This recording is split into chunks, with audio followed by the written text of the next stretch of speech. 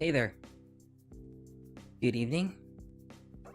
My name is Kaiho, and I hope everyone's having a good night so far. Tonight, we're going to be continuing and possibly finishing our playthrough of Killer Frequency, one of the spooky games we've decided to play for October. And after that, I almost forgot that Little Nightmares 3 comes out tonight. I believe it goes live within the next hour. So hopefully we'll finish Killer Frequency by then, and then we could jump straight to that.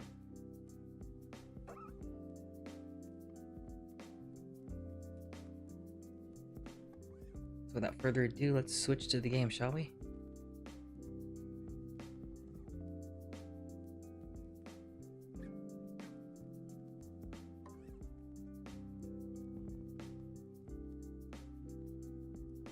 See, I already have Little Nightmares ready.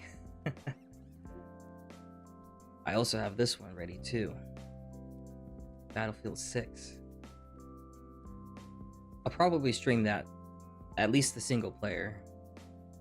Multiplayer, maybe. I know it's a bit different from compared to all the other games I've been streaming so far, but I do love Battlefield. I've been a hardcore fan of the series for a long time. So we'll stream that too.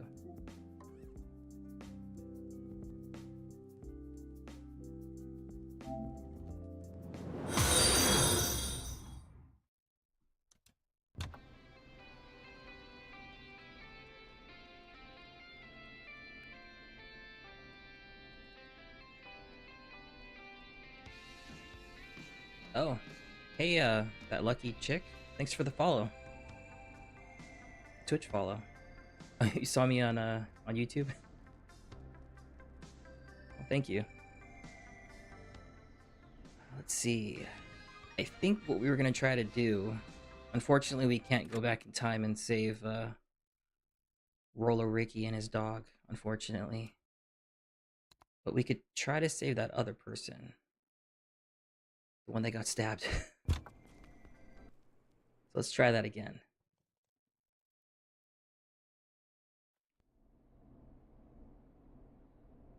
I suppose I should take this call.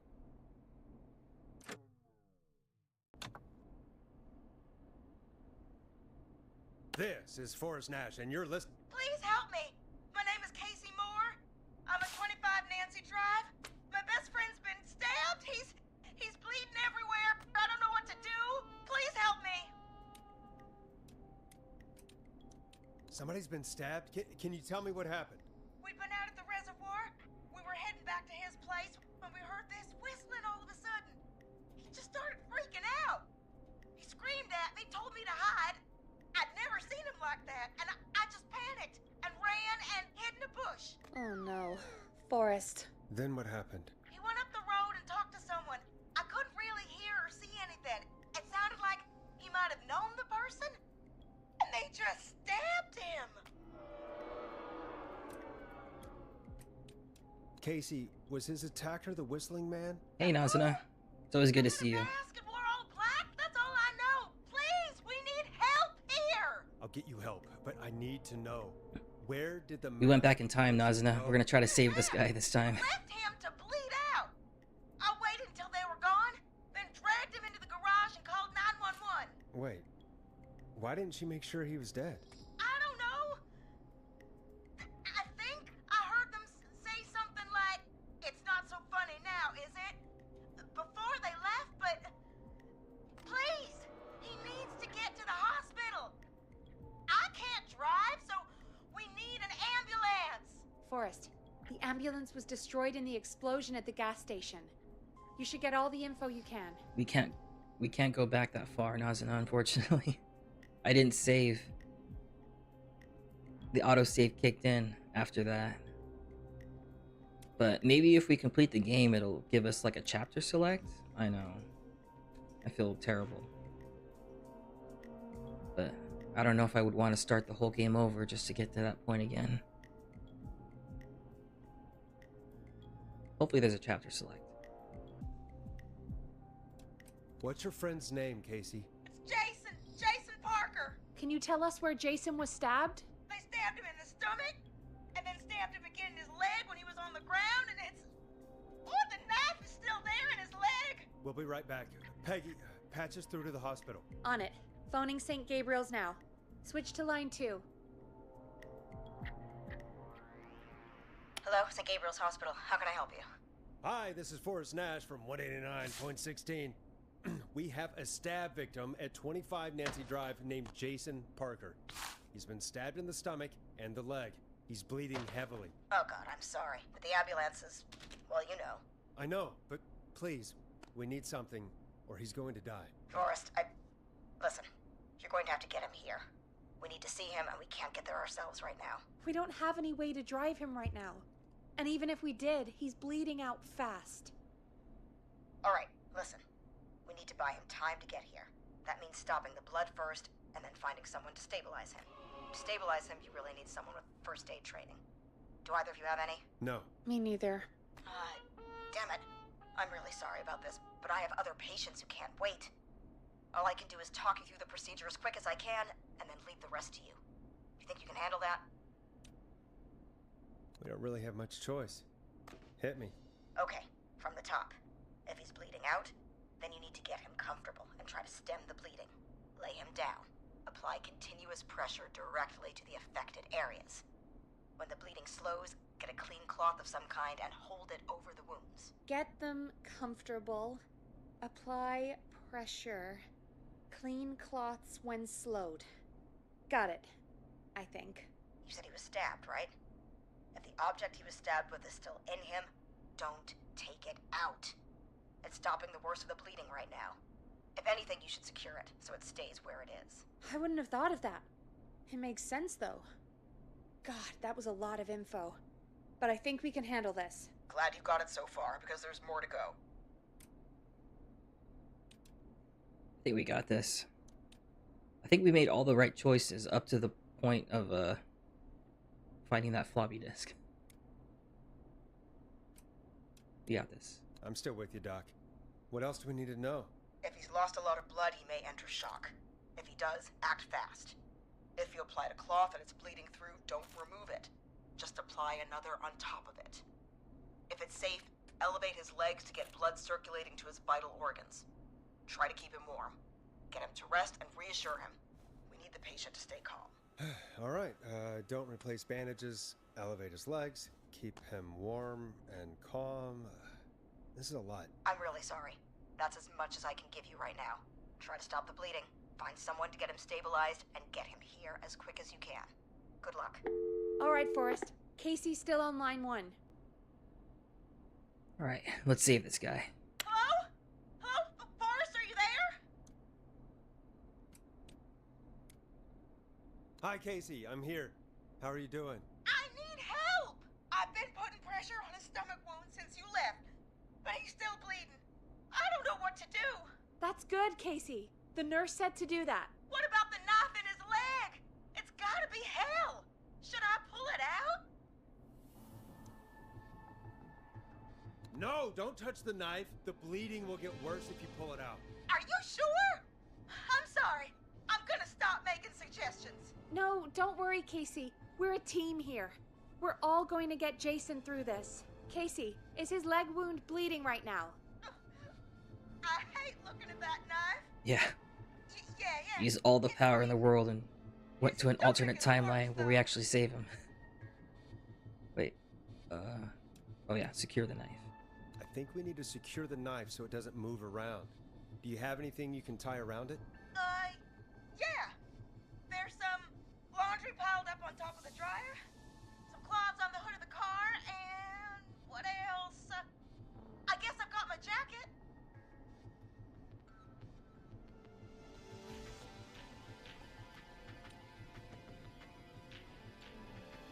Take the cleaning rags and hold them over the wound. I really hope these are clean. Here we go. I'm sorry, Jason. It's secure. I'm putting pressure on his stomach again.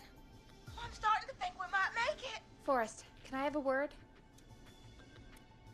Now isn't the best time, Peggy. Can it wait? Forrest, it's kind of important. All right. Give me a second. Casey, I'm gonna have a quick word with Peggy. Keep putting that pressure on and let us know when the bleeding is under control.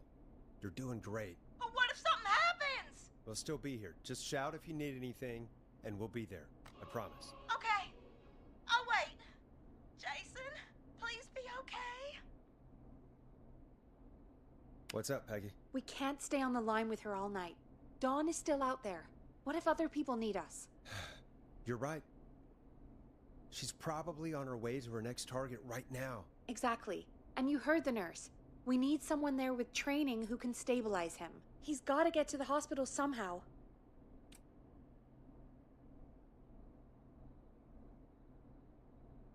I think we picked the middle option last time. Any suggestions, Peggy? I might. A little before you started working here, KFAM did a mandatory first aid training course. Me and Karen missed it because we were away on a producer getaway. You skipped it, didn't you? Never mind. So, how does KFAM's first aid course help us? Casey said they're at 25 Nancy Drive, right? Yeah? Why? They put up a bunch of cheap houses around there about 10 years ago. So a bunch of people here at the station live around there. Do you think any of them could help Casey and Jason? Probably, but I don't know who lives there. And since I missed the training day, I don't know who knows first aid. Could you call them and ask? I don't know everybody's numbers. I've only ever called Karen. Everybody's personnel info is probably in Reggie's office. Got it. I'll look through their files in Reggie's office. It's a life or death situation. I'm sure they won't mind. Right. But there are a couple of problems with that.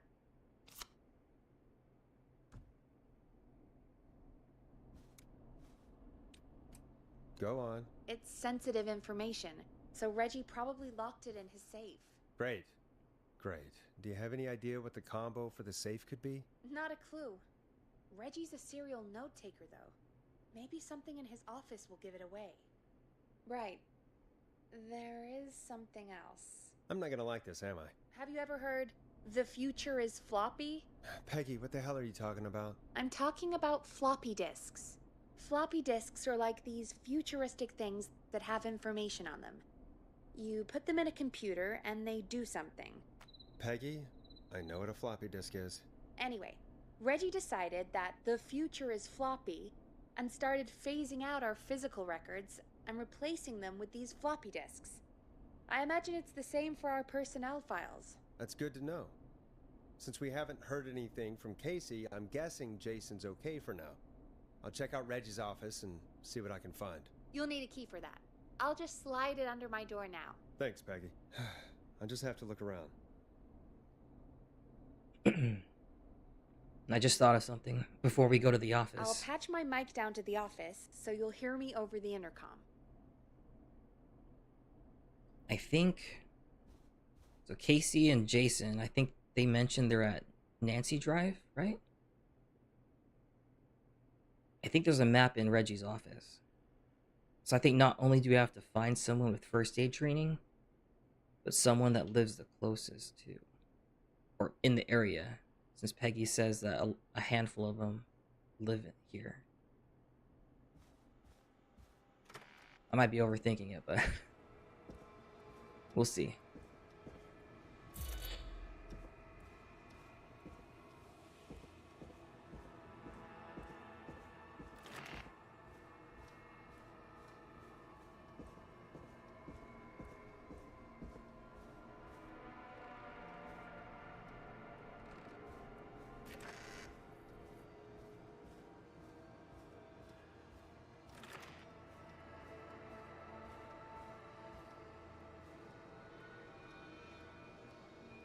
Alright, just so we trigger everything correctly.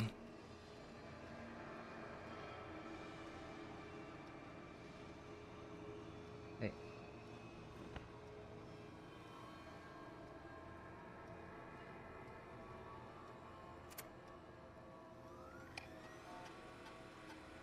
I think it was 11. Could this be it? 1107. Looks like I need a 4-digit code. Nice!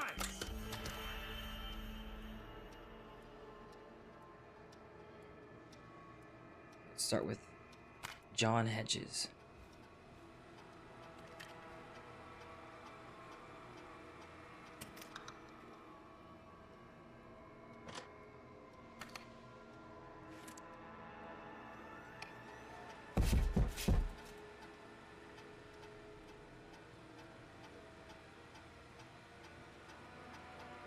Okay, John refused to. Okay. Not him. Refused to engage in the training, apparently. Okay, we already know Karen doesn't have training. Barbara.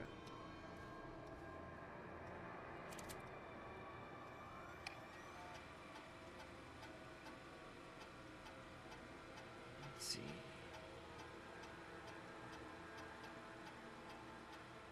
Hey, it doesn't say anything about training.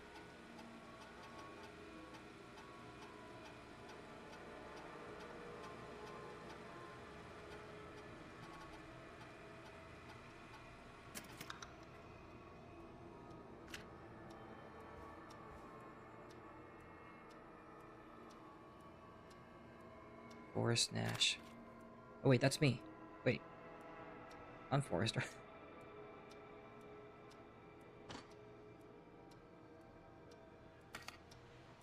Bradley Carter.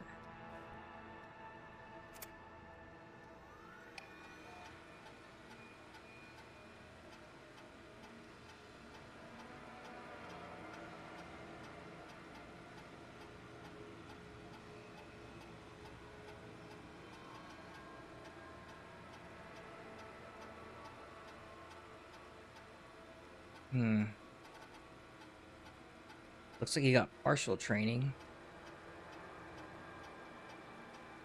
Missed most of the first aid training.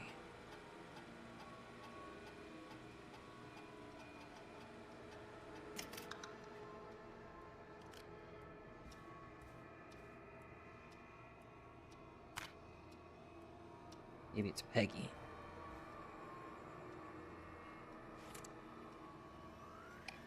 Hey, Peggy. I think Reggie's on to you and Karen. Wait, Maybe don't bring those little drink umbrellas into work for Peggy's a while. here. Why are you reading my file?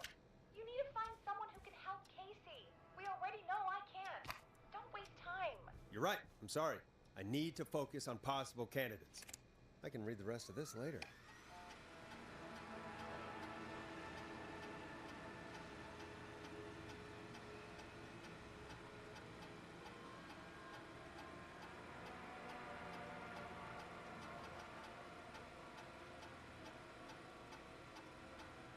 Dang. Is Bradley really the only one?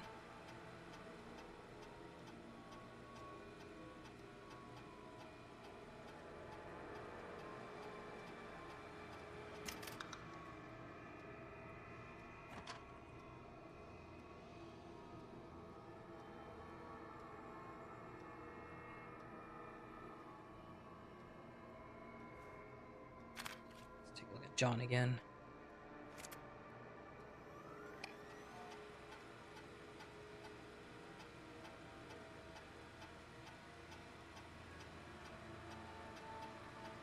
Oh wait. I didn't I think John might actually be the best candidate. I read the first sentence earlier and just kind of discarded it because it said he refused the training. But it says he was a war medic. And he has a bunch of medical equipment in his home. So it seems like he might have refused it because he already knew. Like he already has the knowledge and experience.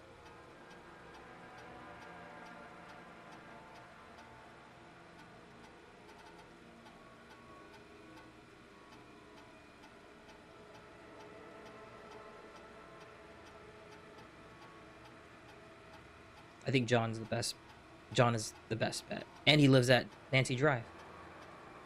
14 Nancy Drive, he's the one. Peggy. Hey, Peggy, you there? Yeah, I'm here. Did you find what we need? I think I know who our best bet is to help Casey and Jason. All right, good work. Who should I... Hello? Is anybody there? Please pick up. Casey, I'm here. What's wrong? Jason started going pale. I tried to get him to rest, but he just threw up everywhere.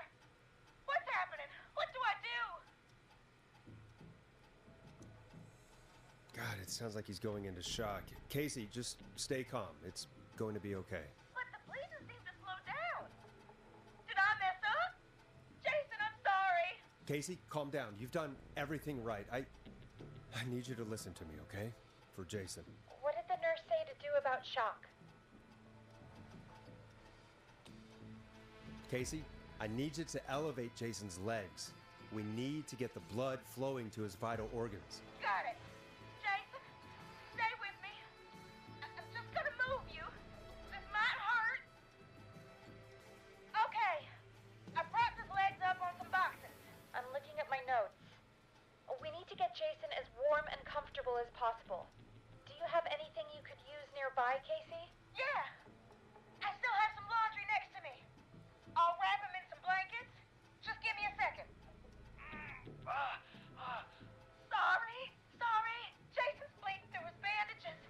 Should I get him new ones? Or... Oh, God. Don't remove the bandage. Apply another one on top of it. Do you still have something you can use?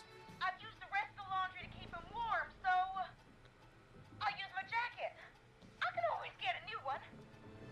I'll fix his bandage and get him warm. Hold on, please.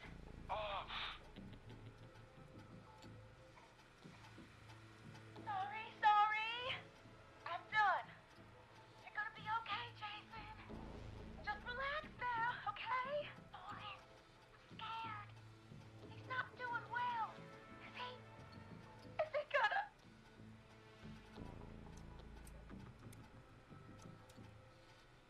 Casey, I need you to be strong for Jason. Sit with him and reassure him that everything's gonna be okay. Okay? Okay.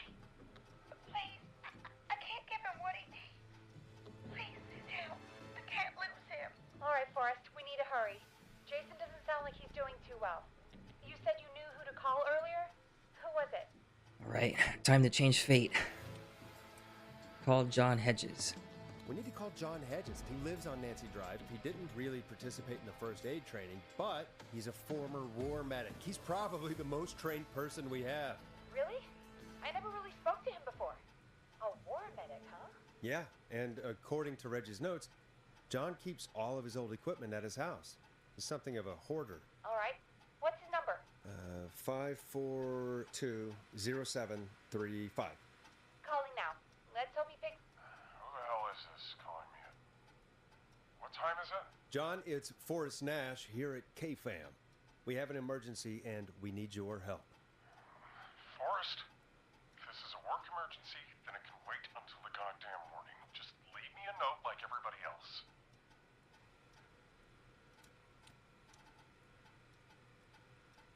A man has been stabbed by the Whistling Man, or... Never mind. He's lost a lot of blood, and he's passed out. We need you to help him. The Whistling Man? What kind of joke is this? John, we're not kidding. A man is gonna die if we don't help him right now. Seriously? Oh, don't tell me we have to convince him too. I haven't been called on for over 10 years.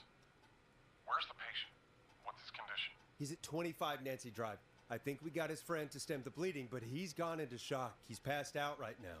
You say he was stabbed? Do you know the extent of his injuries? From what we were told, he has 2 major stab wounds.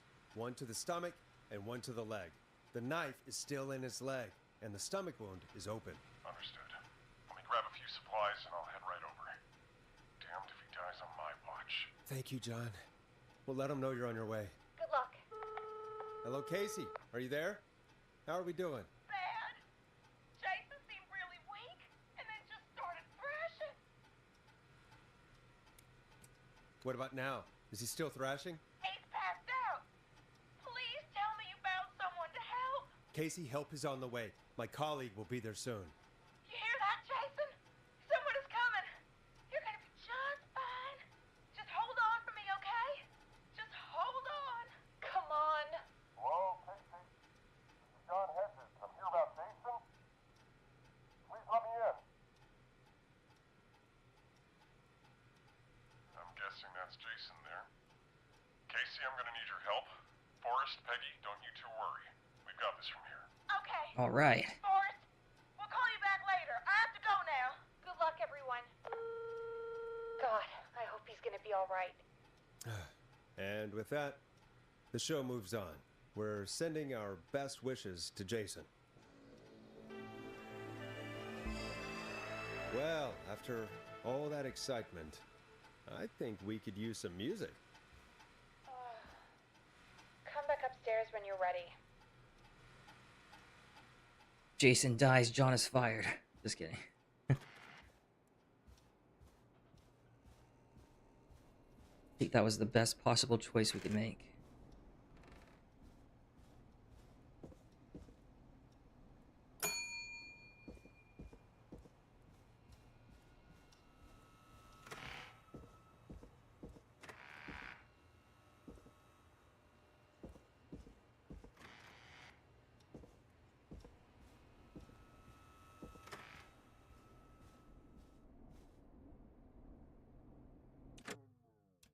I think we'll make another save. I used to have a guy put the music on for me.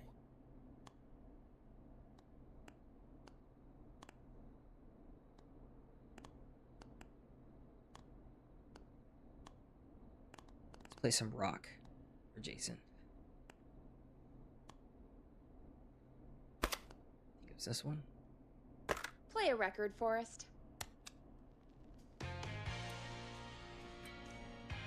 You'll like this next song. It's getting pretty late. This might be your last break for the night, so try to enjoy it. Give me a buzz when you want to go back on air.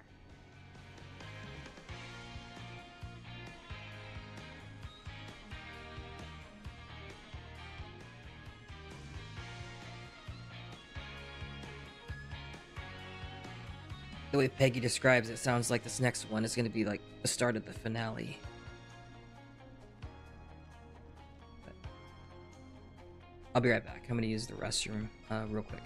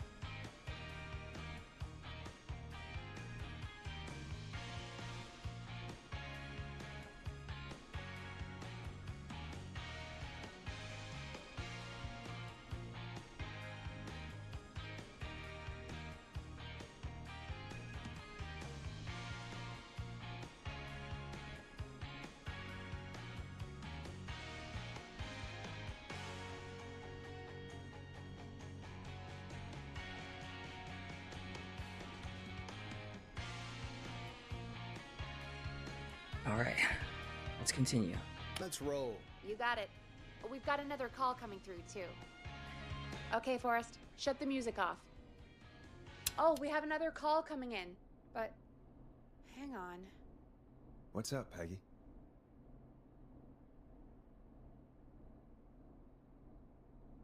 Peggy? You're gonna want to take this call off the air. Who is it? Just do it. All right, folks, it's time for another track. Here's one to help you sit back and relax. We'll be right back after this.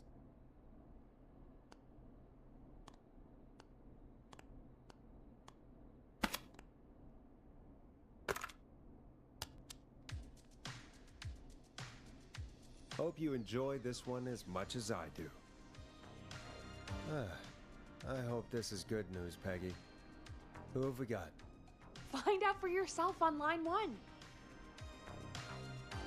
Peggy sounds happy, so I'm guessing hopefully we save Jason. Hello? Forrest, I'm glad I got back through to you. Oh, it's Leslie. Sounds like it's been a busy night, huh? Surprise! It's Leslie, our 911 operator, leading the charge from Henderson to come save us. It's so good to hear from you. Are you okay? I am. I'm driving back with an officer from Henderson now.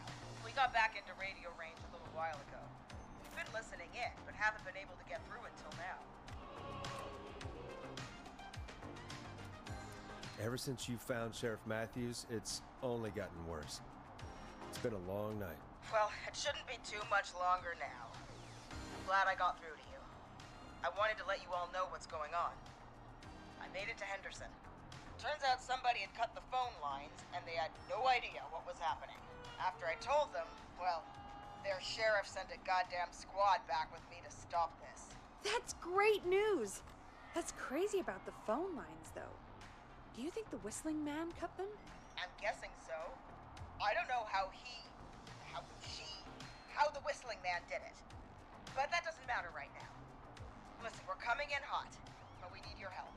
I know Gallows Creek isn't... Kind of have a theory about If we don't know Dawn. who the Whistling Man is, we can't get him. I'll share it after Or, this. That's where you come in.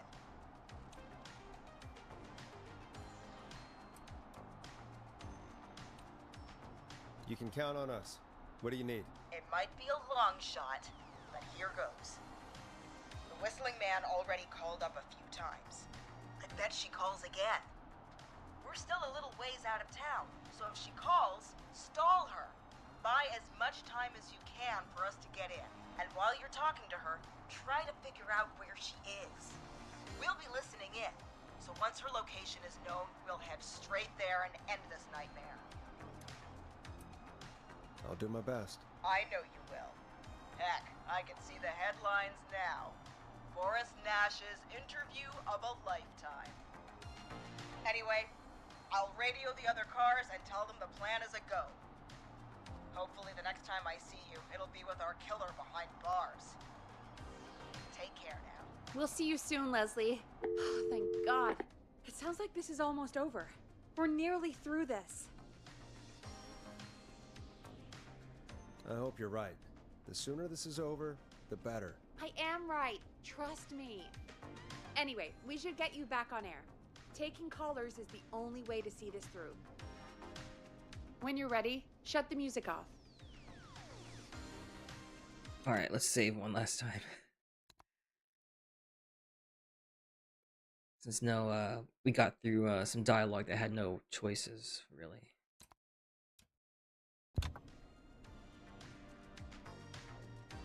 I wonder... Okay, I forgot who the Okay, Forrest, shut the music off. who the person that drowned. I can't recall his name. I'm wondering if Dawn is perhaps related to him. Like Time maybe to turn the music off. she's the mother and she's like pissed off that they did a cover up. So she's like trying to get revenge on anyone that was Okay, involved. Forrest, shut the music Peggy, off. I'm trying to talk. She's trying to get revenge on everyone that was involved with the cover up. When you're ready, shut the music off. Okay, I'm ready, Peggy. Sorry. Bringing you back live now. Welcome back to The Scream with me, Forrest Nash. The line is lit up, but before I get to our next caller, I just want to say, things are looking up. It's almost over. But for now, let's bring in our next caller.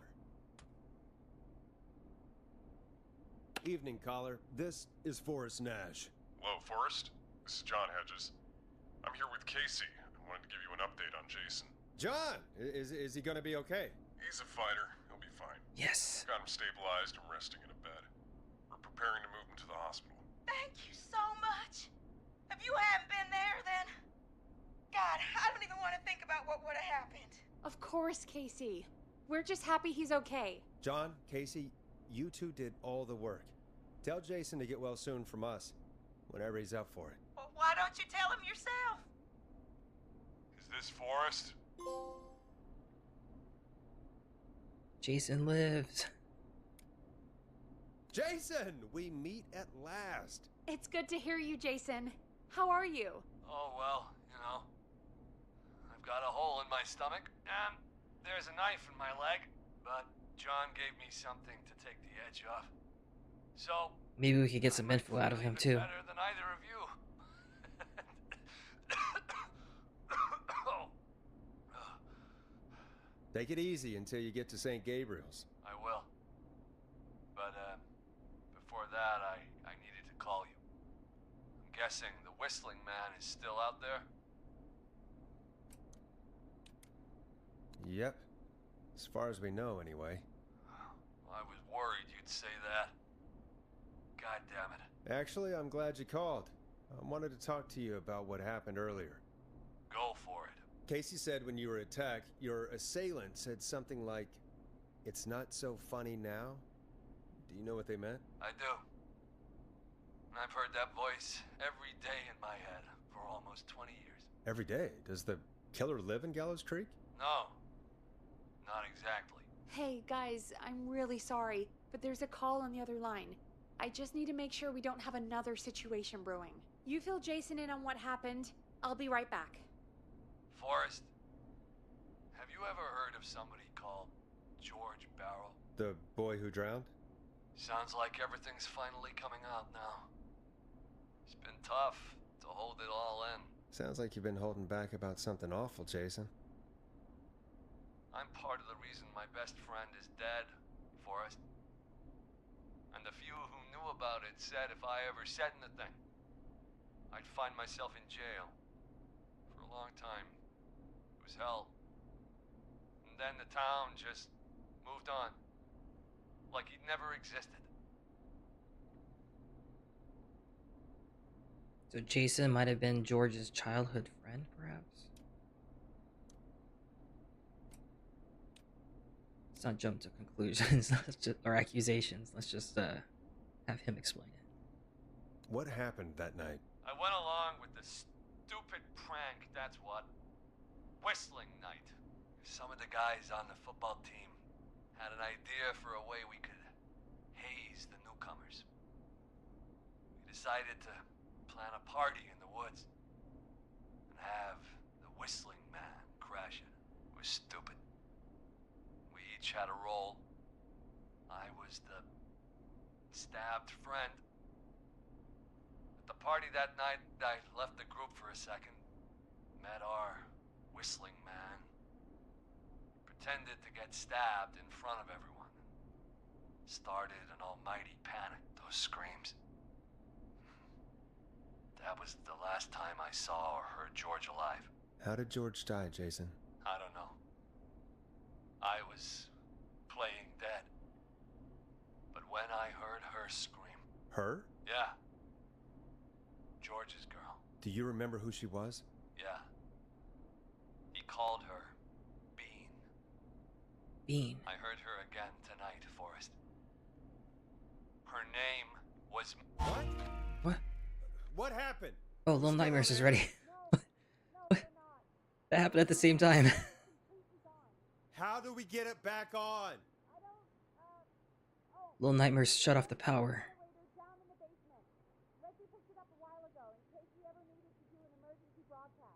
An emergency broadcast? Emergency? You know, nuclear war, alien attack, broadcasting a serial killer's location to the cops so we can end this nightmare. Fair point. It's in the storage area in the far back corner, up on the wall. You might have spotted it earlier when you were digging around for all those tapes. It'll have a big red button. Just press that. I'll see you when you're back. Uh-oh.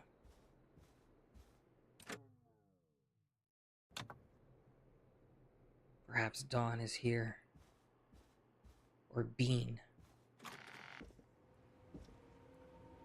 But before Jason cut out, according to the subtitles, her real name not open. starts with an M.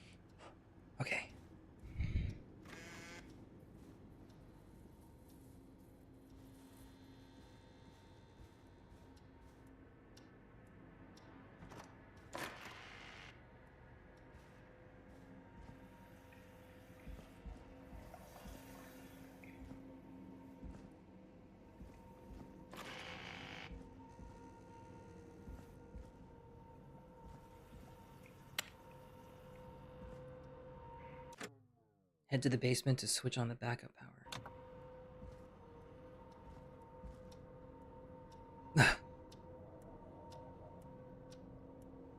Oh my gosh. I read that your chat message and then like I felt like a chill up my spine for a second.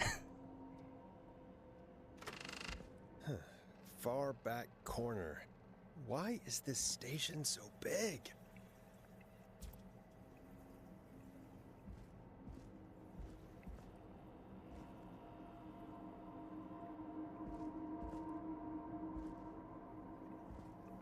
And maybe it's that box that had the lights on the wall.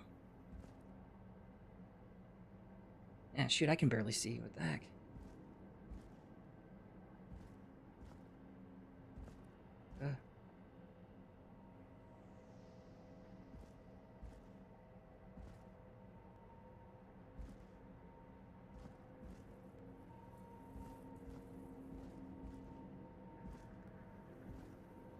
I need my soundboard. That must be it. Boom! We've got power.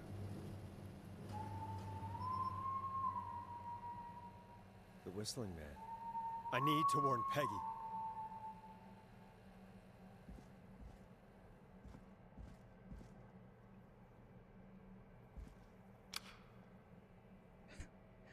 Arm ourselves with this pen.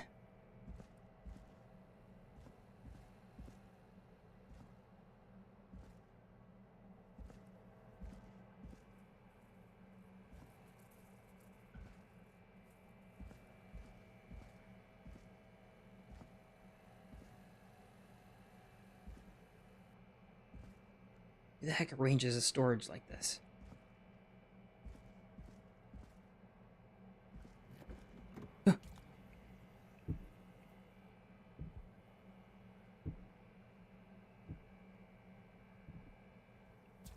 You hear that?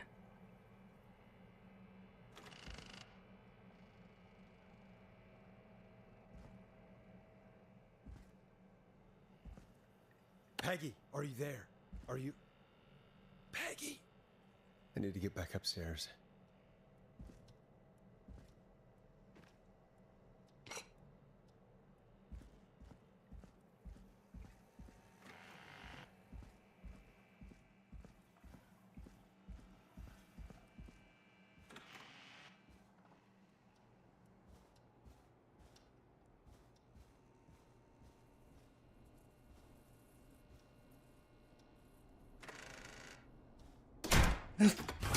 Fucking A.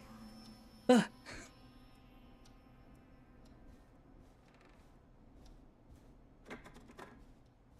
Okay.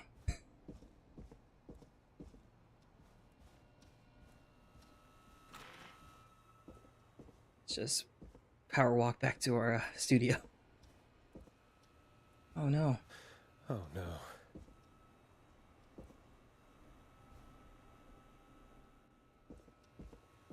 What? Why is it locked?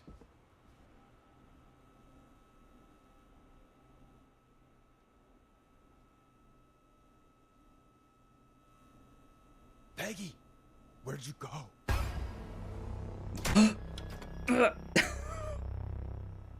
No way. This can't be happening.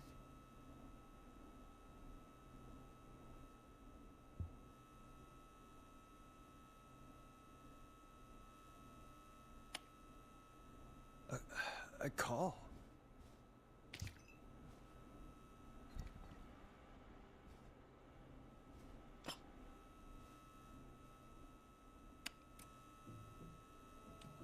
Where's Peggy, Don? Have some patience, Forrest. It's almost the end of the night. Fuck you, Don. It's the end of the show, but it's not over just yet. Got a little time still.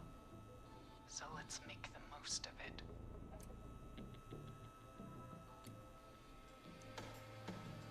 What do you mean? Make the most of it how? Well, Huh? I thought we'd end tonight's Whistling Man special with a special guest. The one who started it all. Let me take that out of your mouth and You crazy bitch! Let me go! welcome to the air, Mr. Teddy Gallows Jr. Wait. It's all daddy and his money saved you 20 years ago. But even if you crawl out of his coffin with all the money in the world...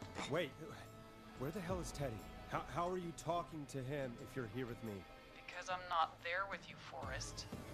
I'm here with Teddy. And if he says where that is, well, Wait, what? he knows he'll get it.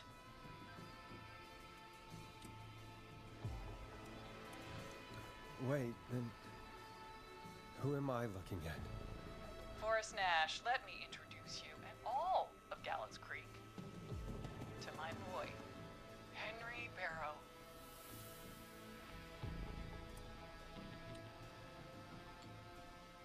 Your son? You mean you... Wait, that he... Yes, Forrest. He and I had a son. Oh. So there were two whistling men tonight. Of course. That explains how you were always able to get around town so quickly. Hang on. Did you say Barrow? Then are you? Let me just get this mask off. Damn uncomfortable thing. Dang. Wonder Mooney went crazy wearing this. So we need to figure out where she is first. There we go. And then keep her talking. Marie Campbell? George's old girl. Oh. Well, it sure has been years since I last saw. Oh, can we save right here? Oh, God damn it.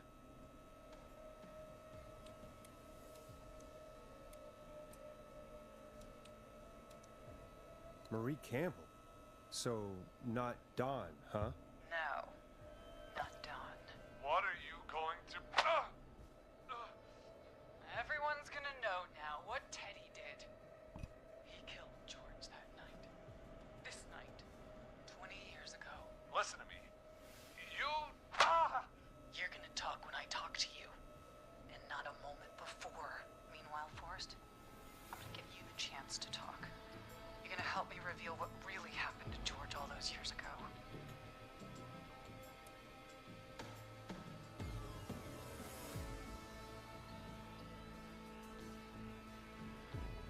Why should I help you? Why should I play any part in this? Because I think you believe in justice. You think this is justice? You have no goddamn idea, Forrest. These people you've been trying to save, they were all in on it. They all knew George was murdered, but... Murdered? Listen,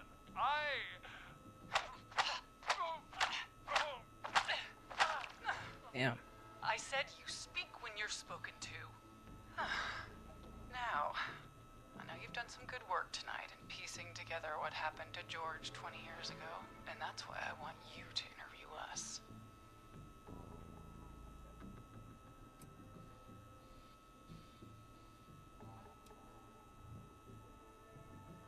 Are you serious? You want me to interview you? Am I serious? After everything tonight, you really have to ask me if I'm serious. Do a good job. And hell, you might be the only one to leave here alive.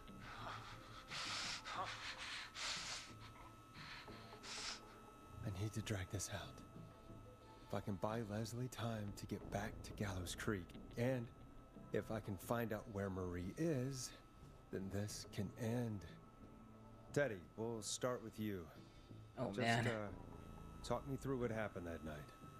How did it start? How would I know? It was 20 years ago.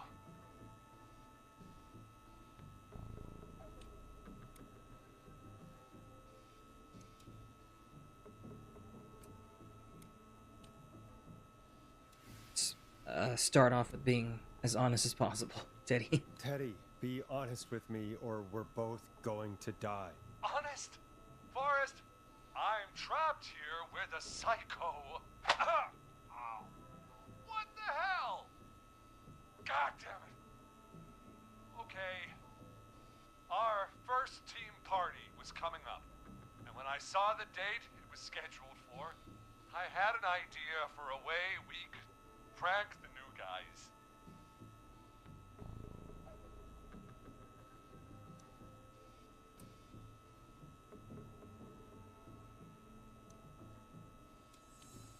What the heck is a Mooney?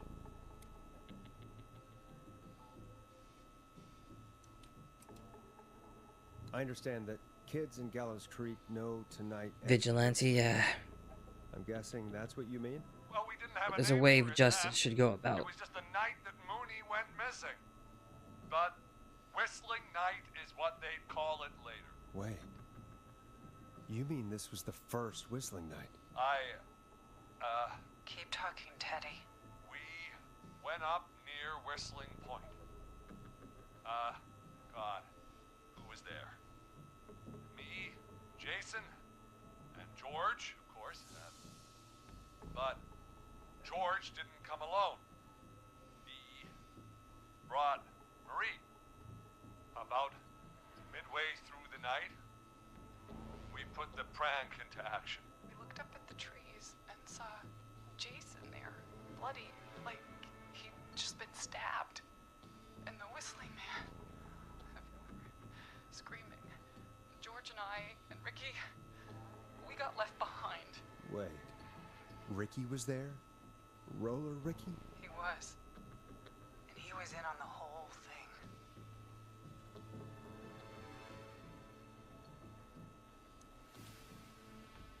Let's question Marie this time.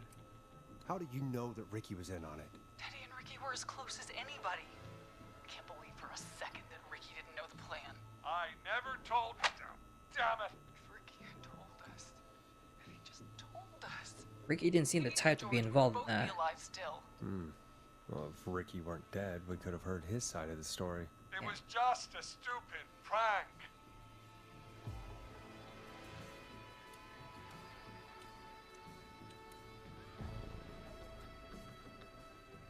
How can you still say it was just a prank? Oh, come on! God damn it! You made George think Jason had been murdered. He thought his best friend was dead. And so tonight you stabbed him for real? It's the role he wanted to play. Jason's still alive, Marie. Hey, Magla. He was with a friend. Sounds good. They talked Have a good him night. through how to Have a good stop rest. the bleeding, and got him professional help just in time. Oh. Well, shame he didn't have the good sense to die earlier. He's gonna regret that. Enough about him. Me and George took off running, but somehow we got separated in the woods. I ended up near the bottom of Whistling Point, and when I noticed George wasn't with me, I panicked. And then, I don't know how he snuck up on me, but the Whistling Man grabs me.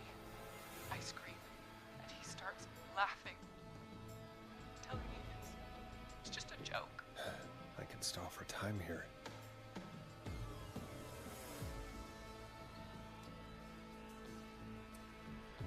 How do we stall for time right here?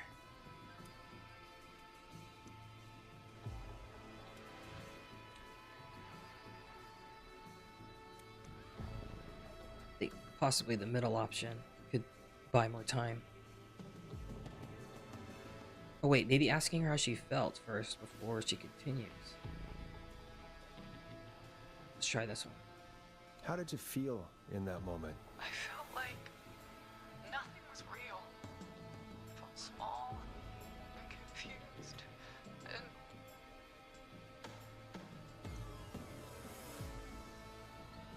Tell me what happened next. I suddenly recognized it was Chuck.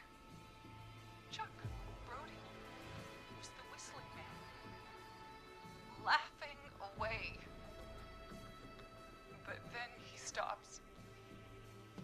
And he's looking up at the top of Whistling Point. What was he looking at? Teddy, what happened next? Nothing. I mean, it was just Teddy? George fell off Whistling Point.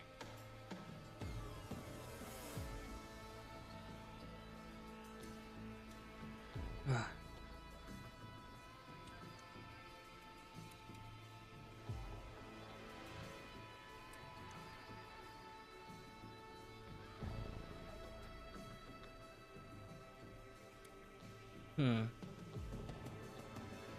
Let's ask where he was, because maybe, yeah, maybe Maria, as like a sick joke, brought him exactly where he was that night. Where were you when it happened? You pushed him. You were up there. You were dressed as the Whistling Man, too, and I didn't push him, God damn it! I just chased him up there and So maybe they're at Whistling Point. kept backing up.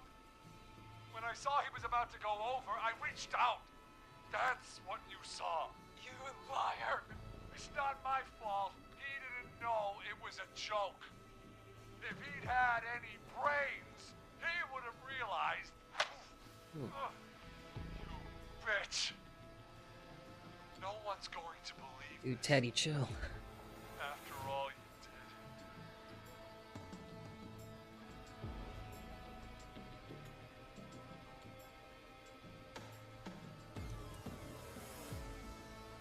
you did. Let's do this one, because that should, I would think, offer more time, because they have to explain. If she's lying, why the cover-up? My future was at stake, Nash. You know what it's like. People like us are bred for bigger things. I'm going to be the mayor of this town, Forrest. And then governor. And then, who knows? What happened that night was tragic. It should never have happened. But it was a mistake. It was just a stupid joke gone wrong. So my father sent Clive out to clean it up. Why should a blip ruin my future? For political reasons, of course. It was a blip?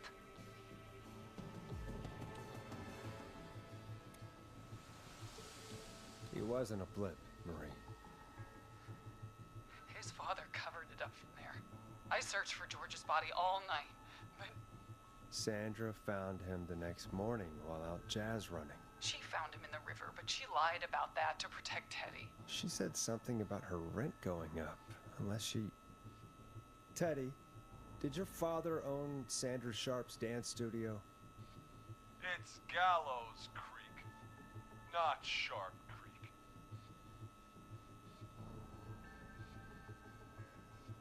Keep the blame on Teddy, maybe keep her around longer.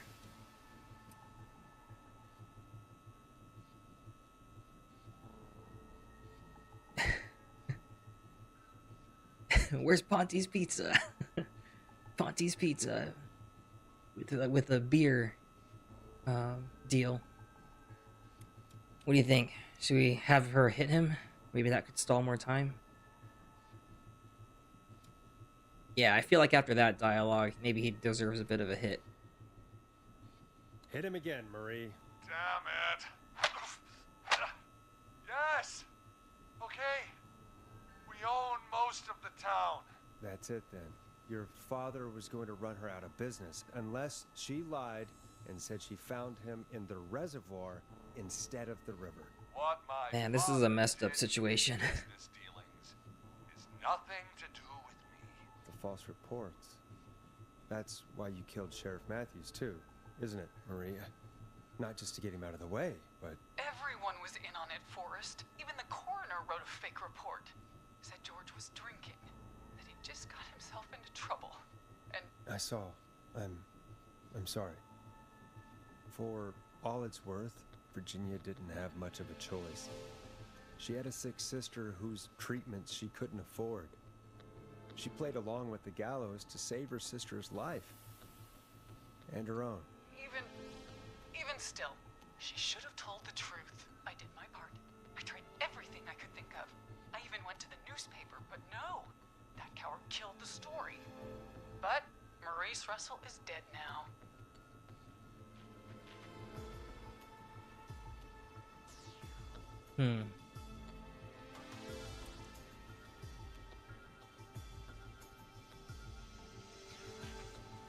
Let's emphasize with her. Well, be empathetic. What do you think? First option? I'm thinking the first option, or well, these last two kind of seems like it draws to a conclusion. Let's keep having her talk. You've been through hell, Marie. I'm sorry. You've got no idea. Never should have started. He shouldn't have pushed my George off a cliff. He should have been punished. He's coming to a stop. At least for now. And hopefully Leslie's listening on this. Where George and I first met before he joined the football team. It was right after he shot the winning throw. Wait a sec.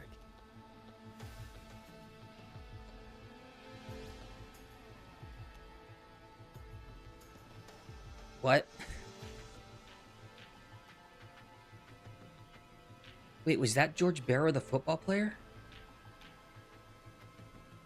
The one on the newspaper clipping? Yeah, I think football fields is the best choice. You're at the football field. Jesus Christ! Forrest! God Idiot! damn it. We're in the gym at Gallows Creek High! I told you not to do that. Wait! He's... Wait. Wait, no. Should we go back in time once again?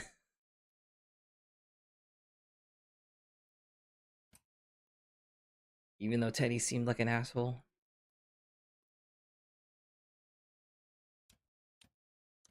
Should we try to change fate once again?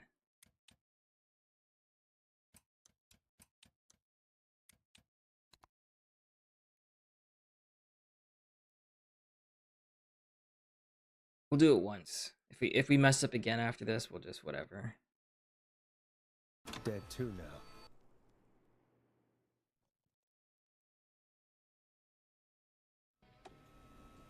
Damn it! Marie Campbell. So, not Dawn, huh? No. Gonna have to sit through this dialogue again. What are you going to... Everyone's gonna know now what Teddy did. He killed George that night. This night. 20 years ago. Listen to me. You... You're gonna talk when I talk to you. And not a moment before. Meanwhile, Forrest, I'm gonna give you the chance to talk. You're gonna help me reveal what really happened to George all those years ago. Why should I help you? Why should I play any part in this? Because I think you believe in justice. You think this is justice? You have no goddamn idea, Forrest. These people you've been trying to save, they were all in on it. They all knew George was murdered, but... Murdered? Listen, I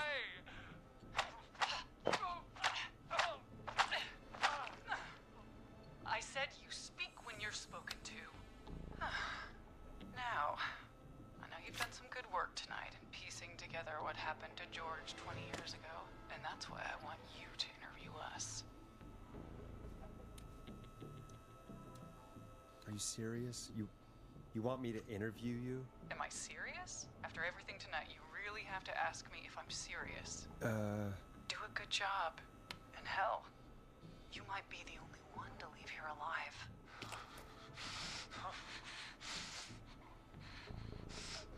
I need to drag this out. If I can buy No. Leslie time to get back to Gallows Creek, and if I can find out where Marie is, then this can end. Teddy, we'll start with you. Just, talk me through what happened that night. How did it start? How would I know? It was 20 years ago.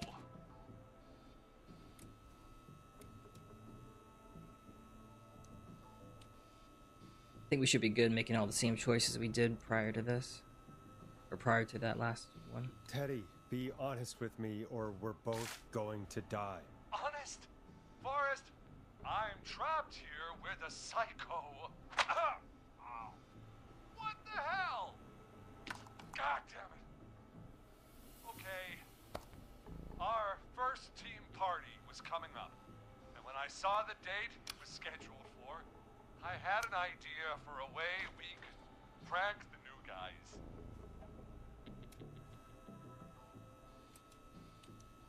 I understand that kids in Gallows Creek know tonight as Whistling Night. I'm guessing that's what you mean? Well, we didn't have a name for it then. It was just the night that Mooney went missing. But Whistling Night is what they'd call it later. Wait. You mean this was the first Whistling Night? Keep talking, Teddy. We went up near Whistling Point. God, who was there? Me, Jason, and George, of course. But George didn't come alone. He brought Marie. About midway through the night, we put the prank into action. We looked up at the trees and saw Jason there, bloody, like he'd just been stabbed. And the Whistling Man, screaming. George and I and Ricky, we got left behind. Wait. Ricky was there? Roller Ricky? He was. And he was in on the whole thing.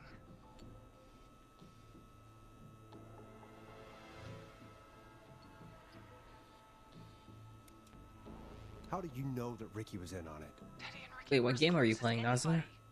I can't believe for a second that Ricky didn't know the plan. I never told. Damn it! If Ricky had told us, if he just told us, he and George would both be alive still. Well, if Ricky weren't dead, we could have heard his side of the story. Oh, Rain It World. was okay. just a stupid prank.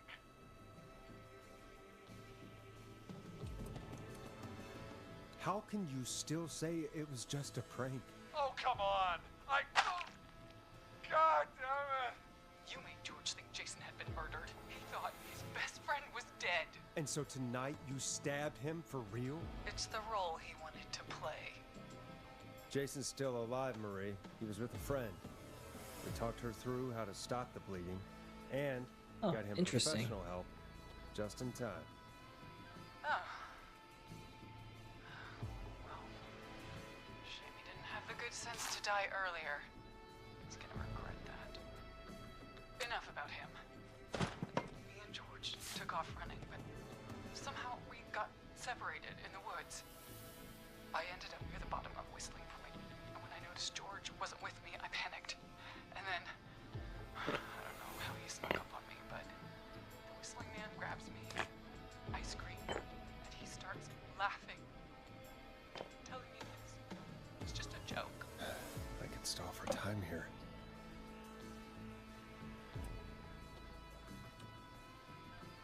How did you feel in that moment? I felt like nothing was real. I felt small and confused, and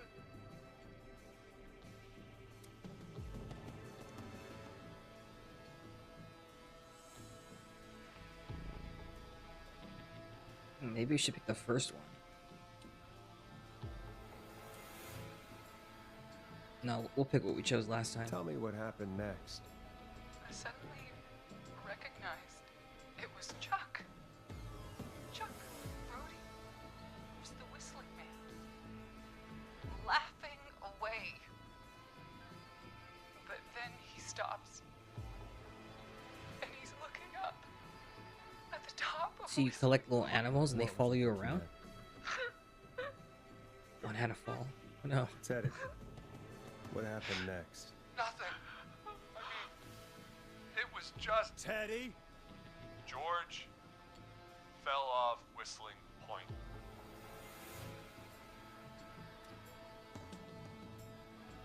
Where were you when it happened? You pushed him.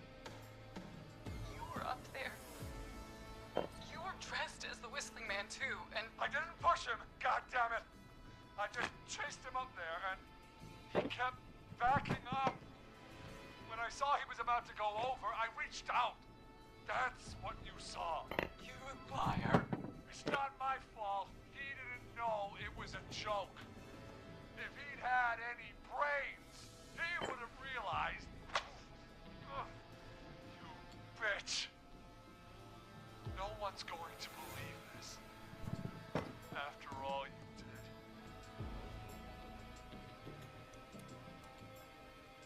If she's lying, Why the cover-up? My future was at stake, Ash. You know what it's like. People like us are bred for bigger things. I'm going to be the mayor of this town, Forrest. And then governor. And then... Yeah, we'll definitely have him hit like last time after this dialogue. That night was tragic. It should never have happened. But it was a mistake. It was just a stupid joke gone wrong. So my father sent Clive out to clean it up. Why should a blip ruin my future? George was a blip? He wasn't a blip, Marie. His father covered it up from there. I searched for George's body all night, but Sandra found him the next morning while out jazz running. she found him in the river, but she lied about that to protect Teddy. She said something about her rent going up, unless she... Teddy, did your father own Sandra Sharp's dance studio? It's Gallows Creek, not Sharp Creek. Oh, let's overwrite the save.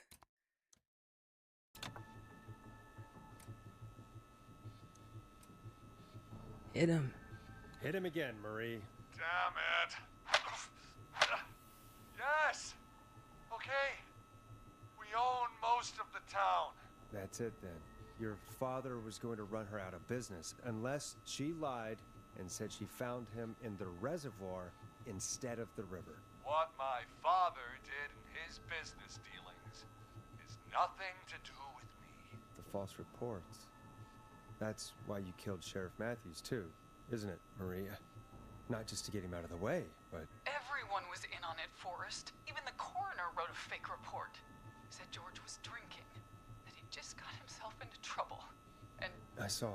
I'm sorry. For all it's worth, Virginia didn't have much of a choice. She had a sick sister whose treatments she couldn't afford.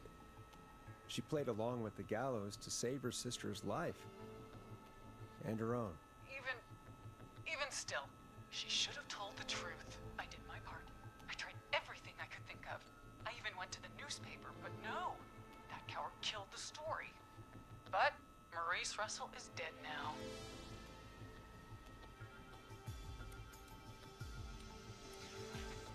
You've been through hell, Marie. I'm sorry. You've got no idea. Never should have started. He shouldn't have pushed my George off a cliff. He should have been punished. He's coming to a stop. At least for now. Here, where George and I first met, before he joined the football team, was right after he shot the winning throw. Wait a sec. Okay, let's make the right choice this time.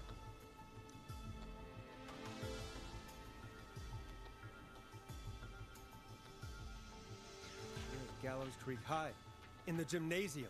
That's right, Forrest. Not that it matters, but yes, we're here. Anyway, I think that about wraps up the interview with Teddy. So,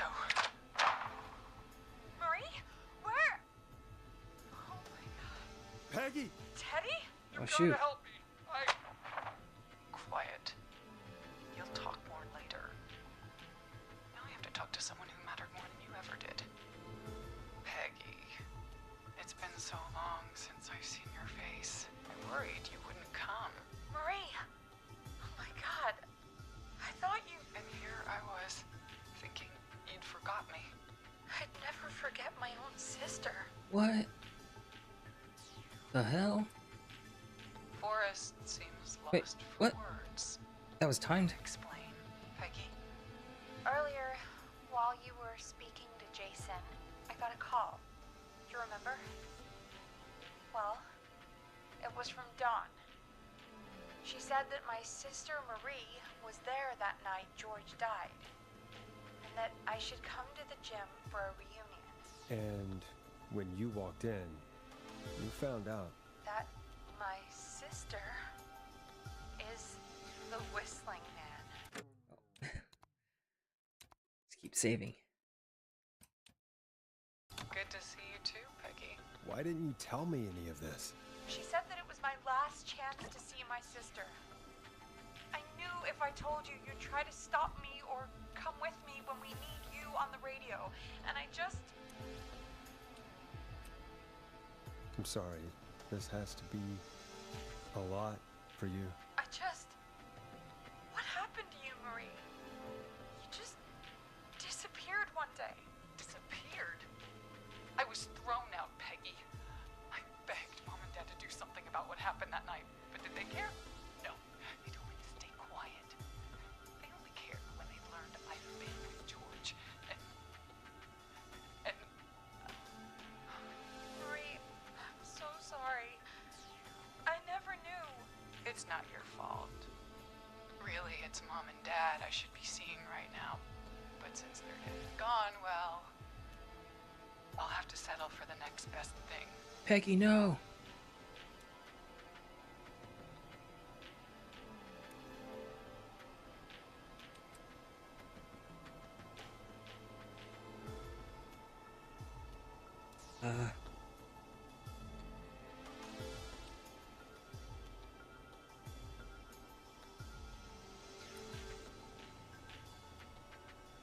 She means Peg. Well, why is Eugene mentioned here?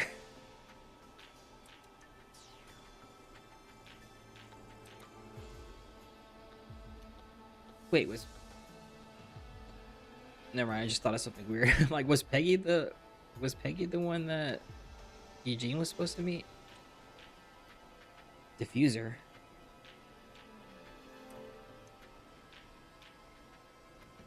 Well, let's let her answer her own thing, I guess. Let's not try to speak on it.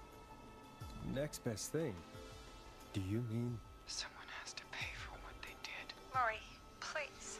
Mom and Dad are gone, Peggy. Besides, you forgot me. Okay, so she does mean Just like Peggy. the rest. You forgot. Is there any way I could prove Peggy didn't forget Marie?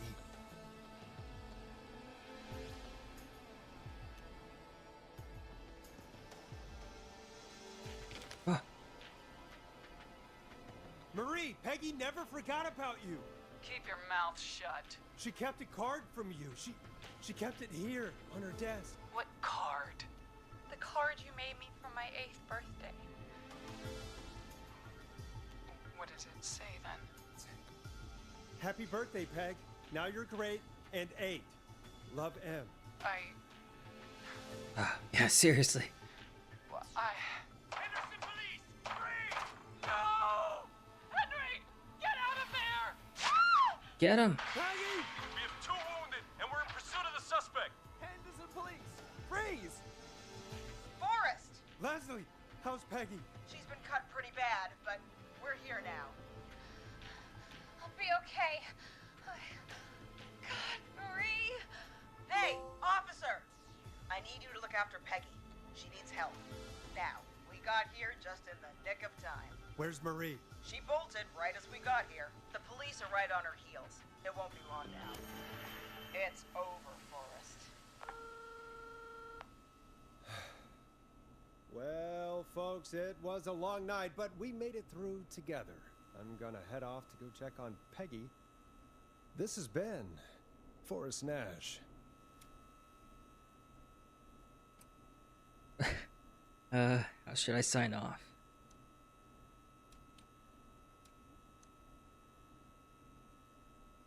I think the middle one's more optimistic, full of hope. Let's make tomorrow better.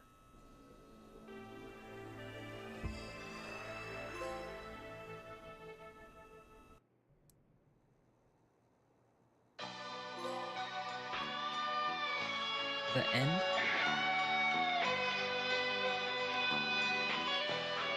Dang. Could have been cheesy. Could have, yeah. This is Officer Trout. Come in. One suspect is in custody. We've trailed the other suspect into the nearby woods.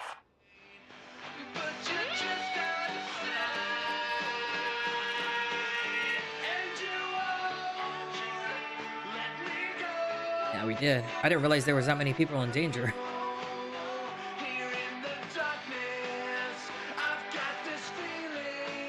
Wait, we could have saved Martinez? How? Seemed like her death was automatic.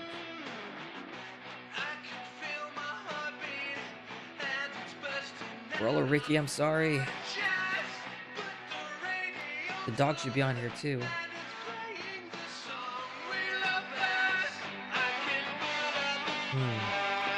Maybe, yeah.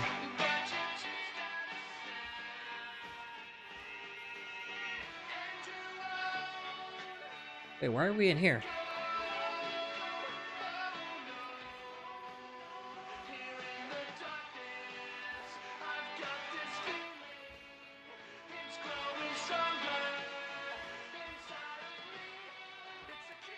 Did they put forests here for like safekeeping?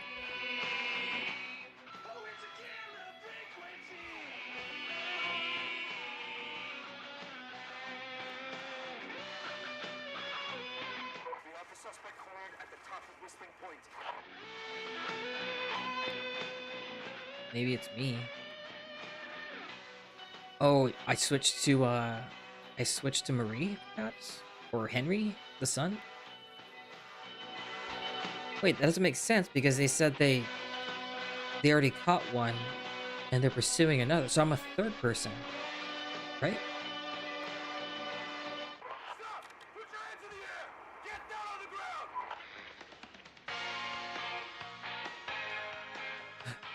I'm Ponty. It's Ponty's pizza all along. Nobody else has to get hurt.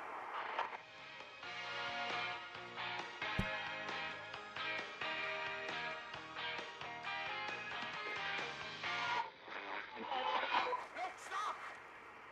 Suspect has jumped!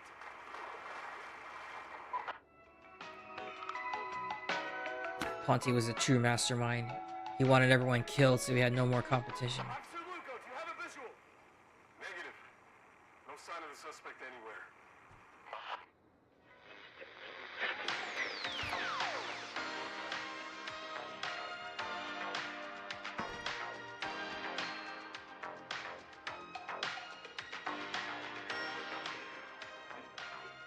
Maybe there's clues in here.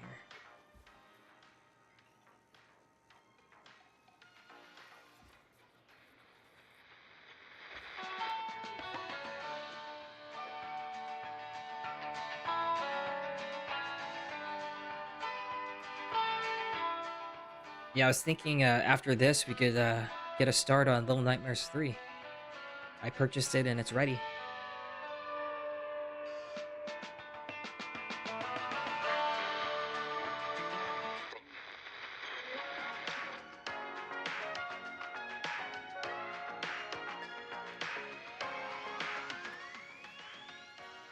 I looked in on it a bit earlier and you could either use AI. Wait. Hold on. What?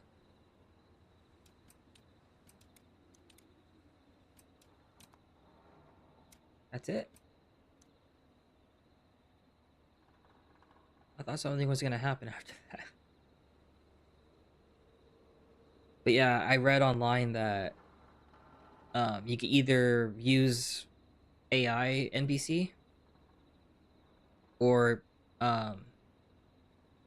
matchmake with a random person. And what's interesting is that it kind of the description of it kind of reminded me of like Journey. I don't know if you heard of that game, where you pair up with another person, but there's like no form of communication other than the like in Little Nightmares case, you could just do that little whisper hey thing.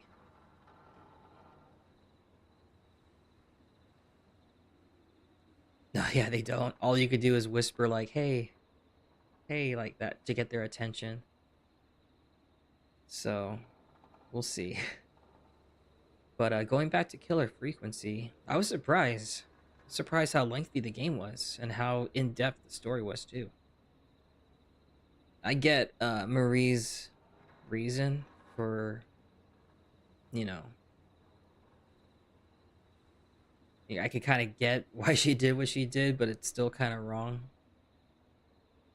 I feel like if we saved everyone, well, it didn't really go to it, but I feel like if we saved everyone, perhaps with Teddy's confession over the radio, like justice still would have been served. Like even if you saved everyone, Leslie would have arrested everyone, and that would have given some type of justice still for Marie in the end. But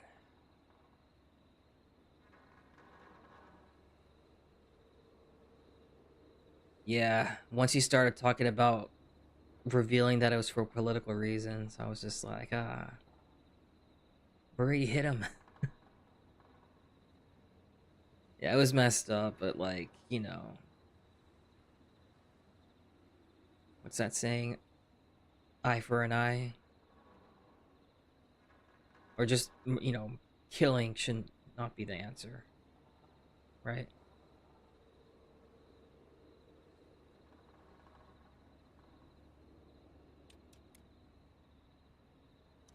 Yeah.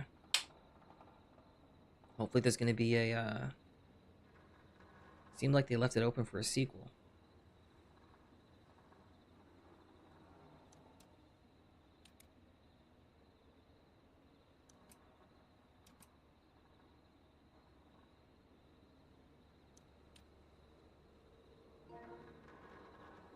But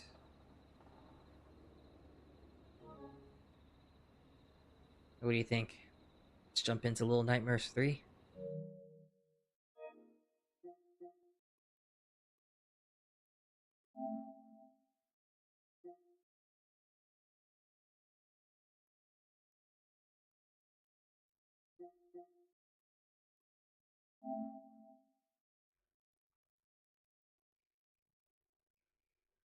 What do you think? Should we use the AI NPC or try to put our trust in a stranger?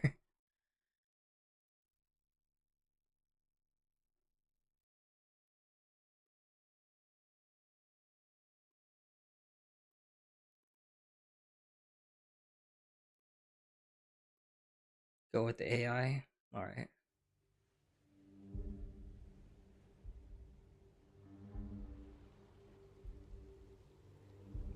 Uh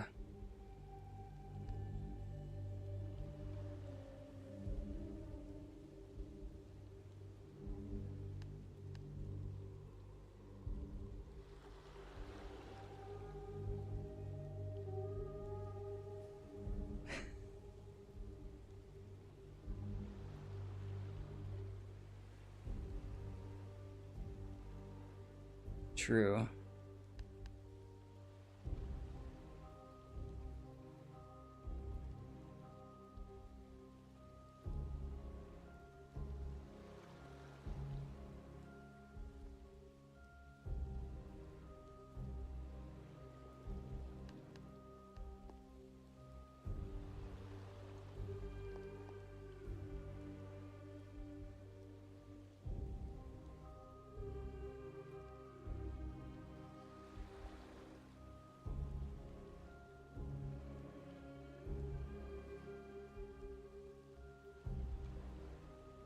I read it all.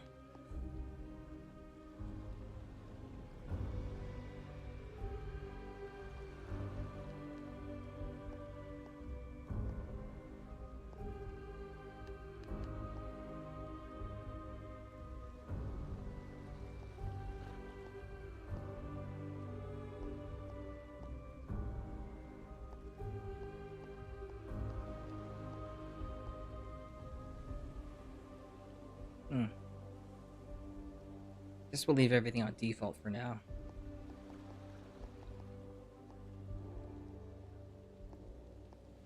Invert vertical look. Yes.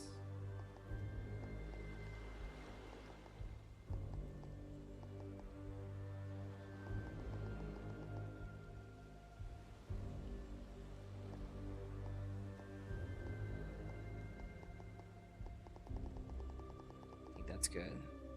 Let's try out the defaults for now.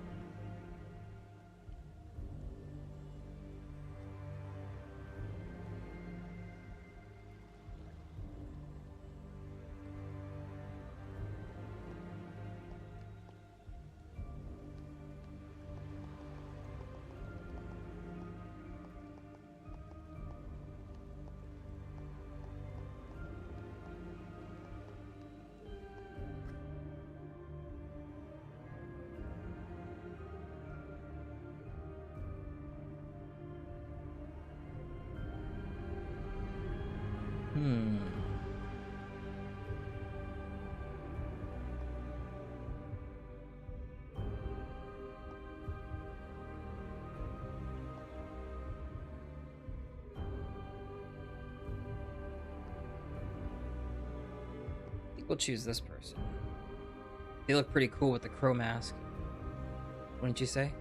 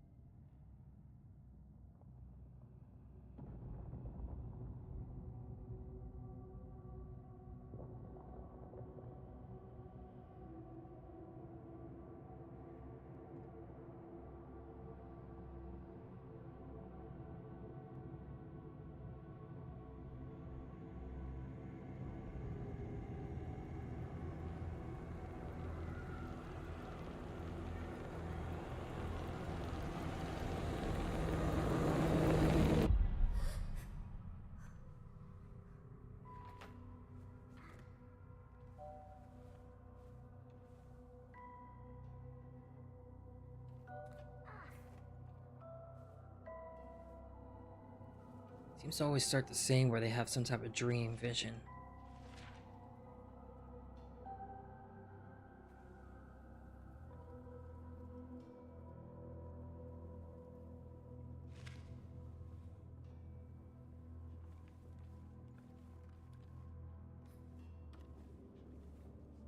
Do these characters have names?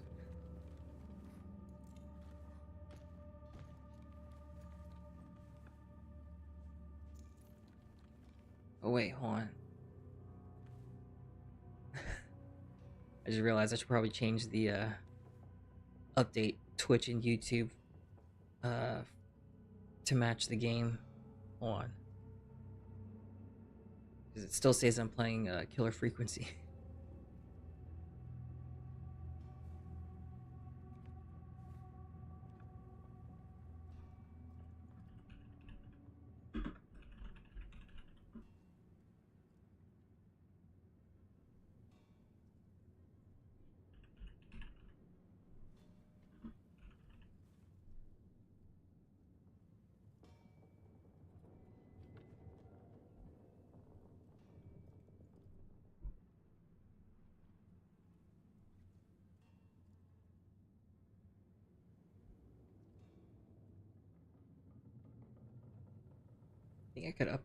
I think I could update YouTube as well.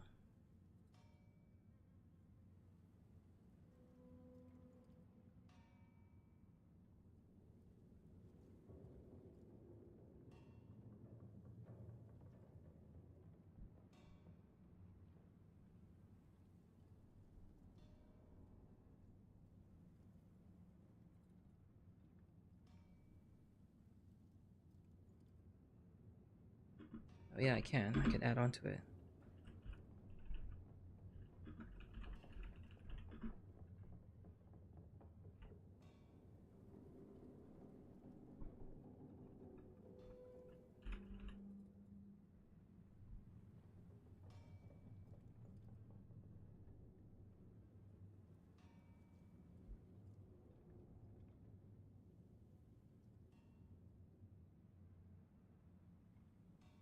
Oh, there you go. I think I updated it.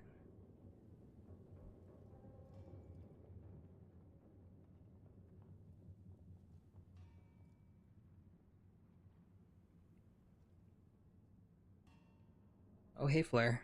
Welcome. Oh, yeah. I think I saw your comment earlier. And I have been streaming late, but I might play around with it because I could possibly start streaming earlier than I have been. If that will allow uh like you to be able to make it come up north.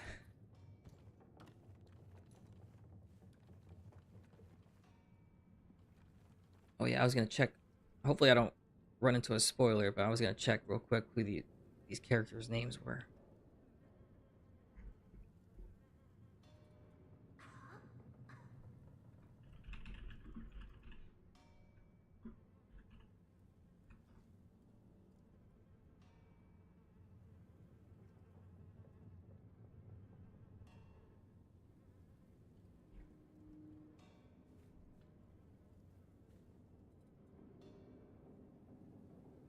So the one on the left, the one in green with the orange hair and goggles,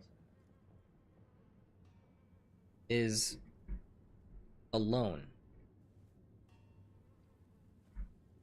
It's a girl, so her name is Alone, the one on the left. And then the one on the right, his name is Low. Hmm.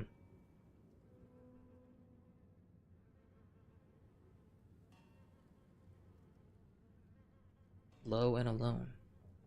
Interesting.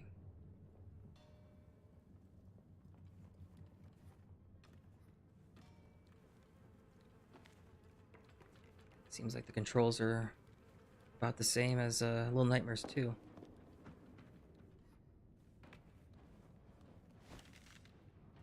But what the heck? I have a bow and arrow?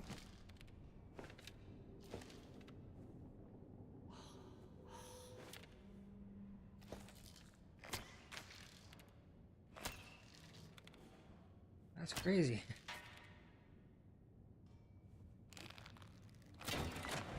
Yeah, we're strapped with this one.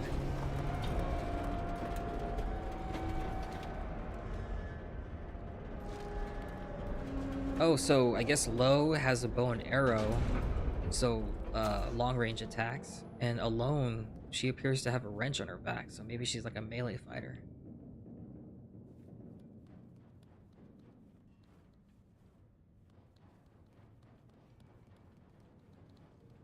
One's feeling down, the other one has no friends. Just depression.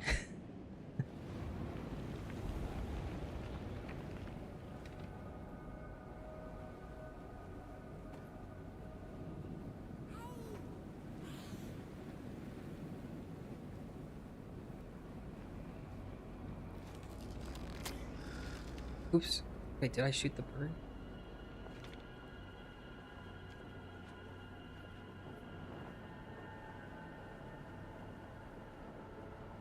Hmm.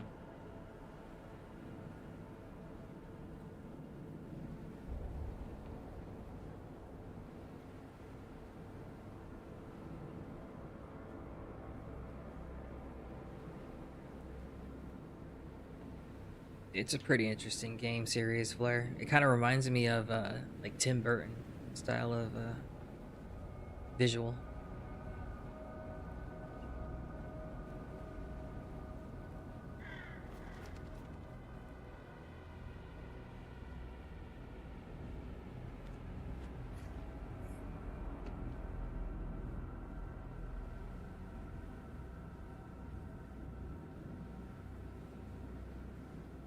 It's funny how I mentioned Journey earlier, and we're playing a. We start off in a desert.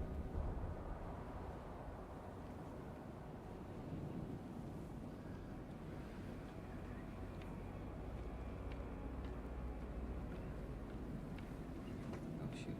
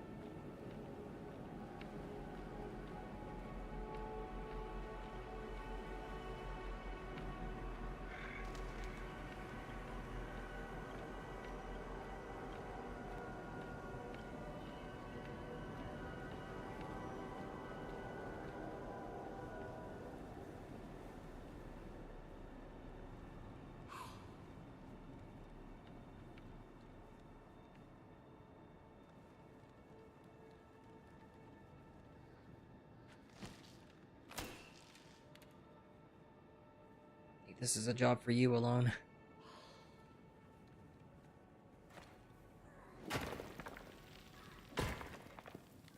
She is a melee fighter.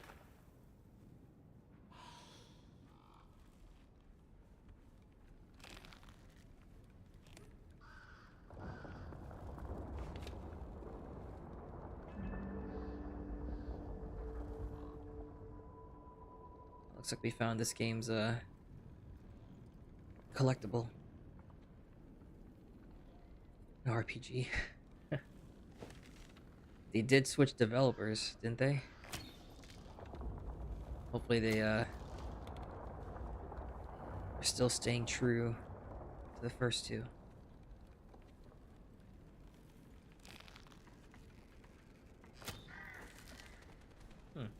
I wonder if there's some secret mechanic in shooting those birds.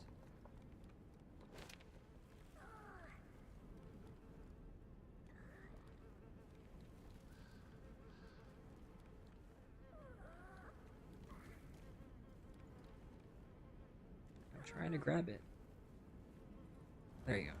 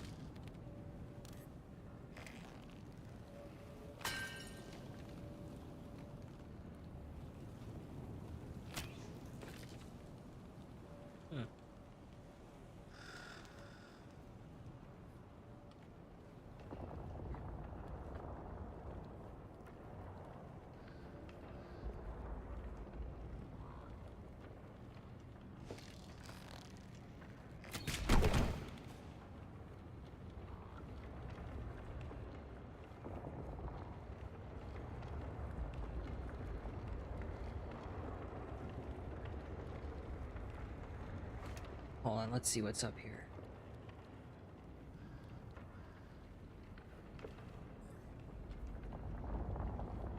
Wait, hold on. I think I forgot to check something on my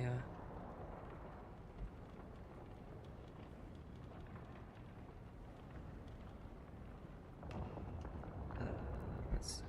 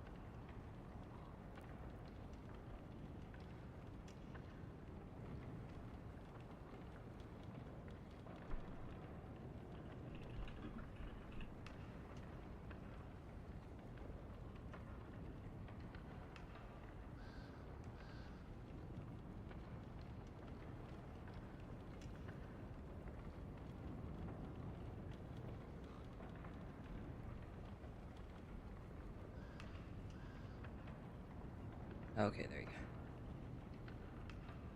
I didn't apply all the full changes to the YouTube part.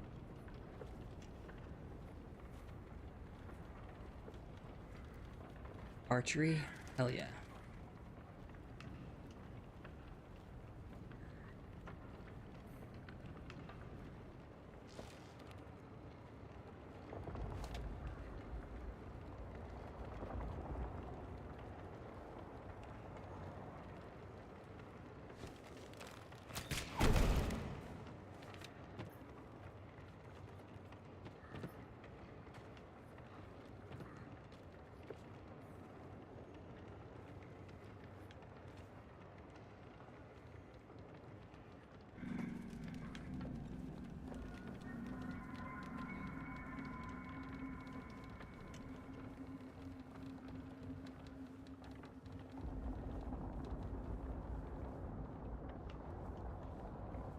wonder if this takes place in the same world as 6. Maybe she'll make a appearance in this game too.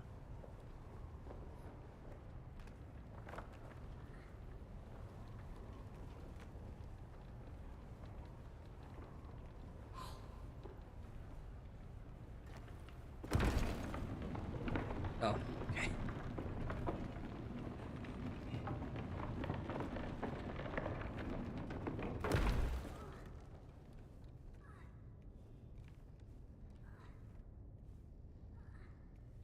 Oh, thank you, Flare. Perhaps I'll try switching it up and stream at earlier times.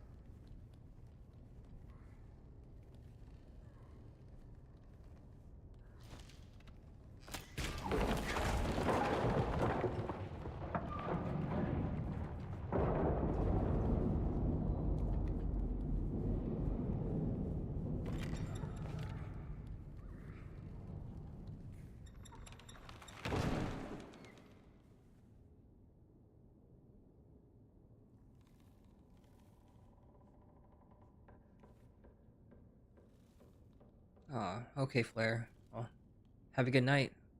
Thanks for stopping by.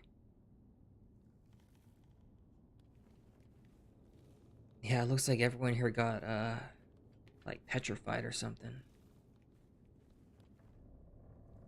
That's interesting. Like, in Little Nightmares 1, all the, quote-unquote humans were, like, um... they were, like, grotesque, right? Like, um... like, eating and stuff. And then Little Nightmares 2, a lot of the humans kind of disappeared with their clothes lying around. There's a term I was going to use for the first one. Gluttony, there you go. All the humans there seem to be suffering from, like, gluttony. And then 2, they got, like, raptured or something. With their clothes lying around. Hey, are you going to help me alone?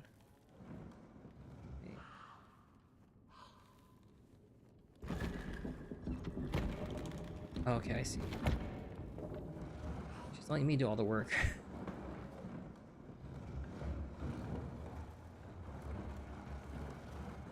Help me.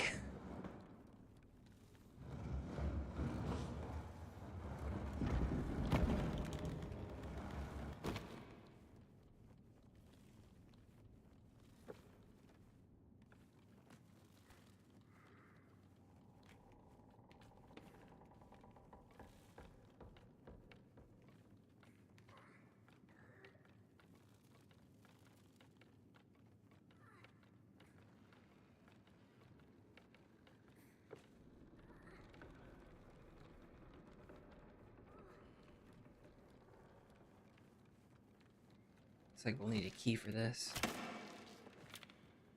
glad this game has assistance when it comes to using the bow. Like, you can't tell, but on my end, when I equip the bow, low will, like, automatically look at something that can be shot at, and my controller, like, vibrates a bit. Like, giving me a cue that, hey, you could shoot that. And he kind of, like, auto-locks on it, too, so that's good.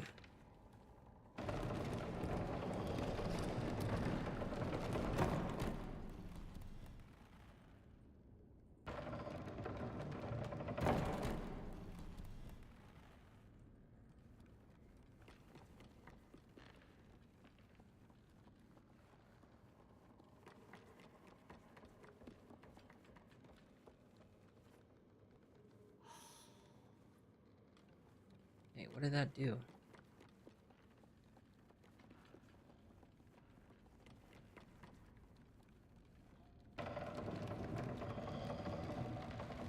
Oh, okay. Cranking it the wrong way.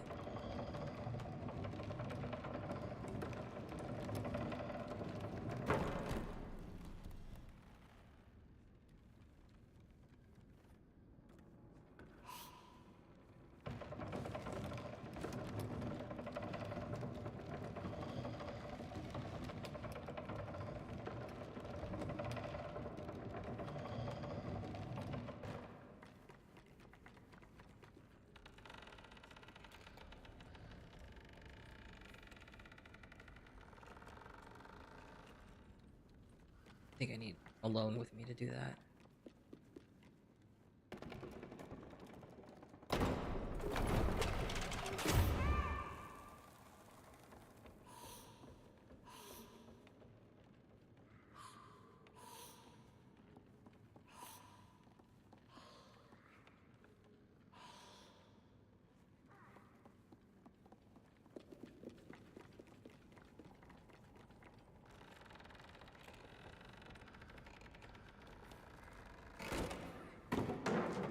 Forgot to ask, but how's the volume balance so far between the gameplay and my microphone? Is it pretty even?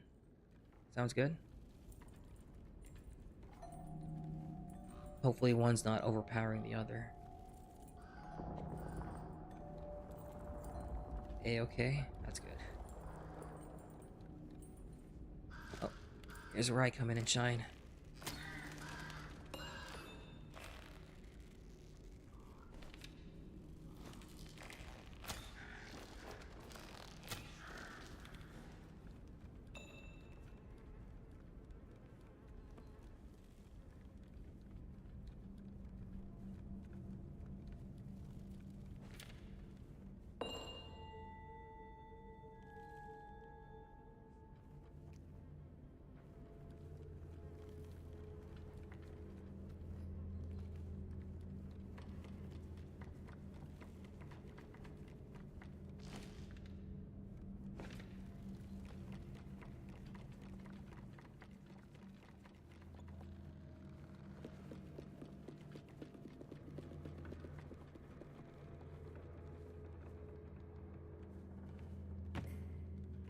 Oh yeah, it does. I've never played that game. I heard it's really good though.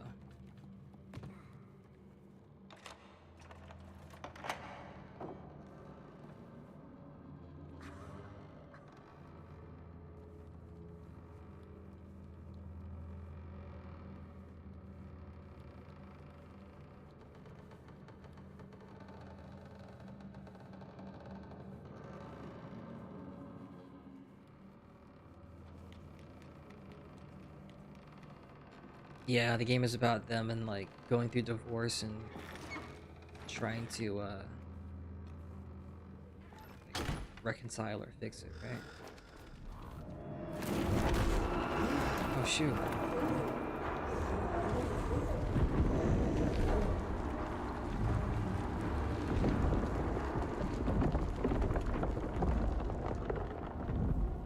Shadow of Colossus.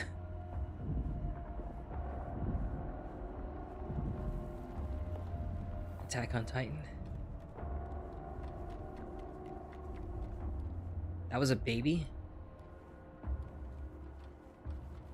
Yeah. Need to see what an adult looks like.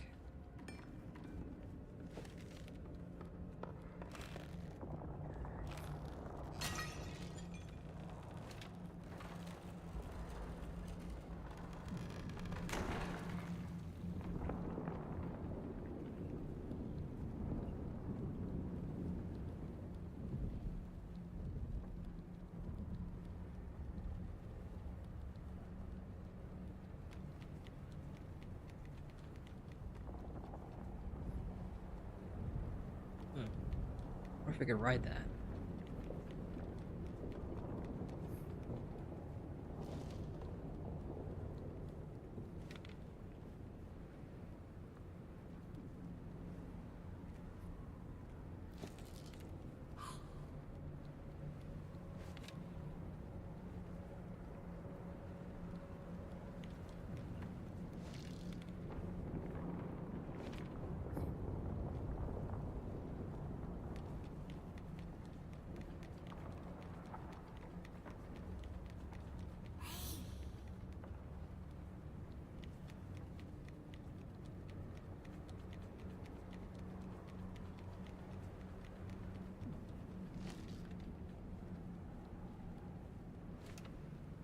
We have to pull this open?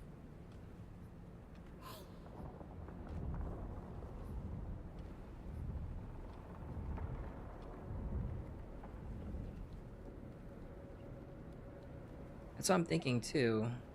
Because it looks like this air current we should be able to ride up, but... Where are we supposed to get an umbrella?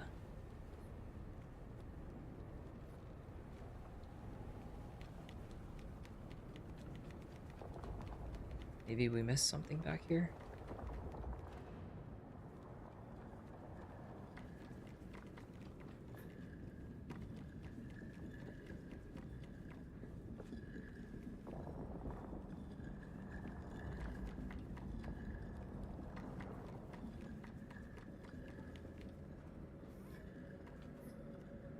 Alright, it's good that I'm not playing with another person. That we sell with an AI, because someone would be really frustrating with me right now.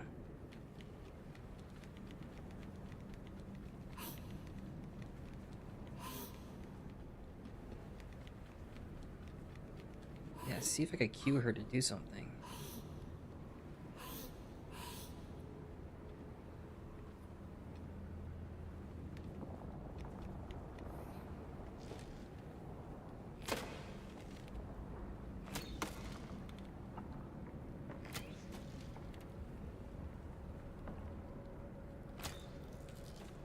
Maybe she could smash the statue?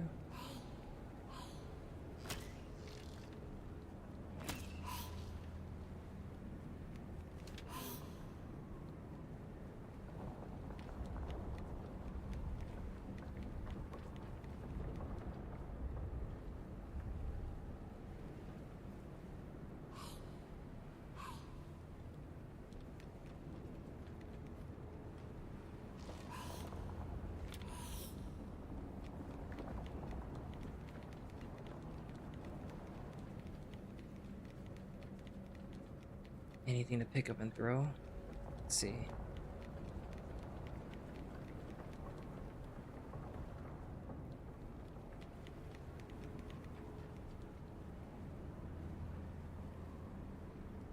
Maybe this bucket?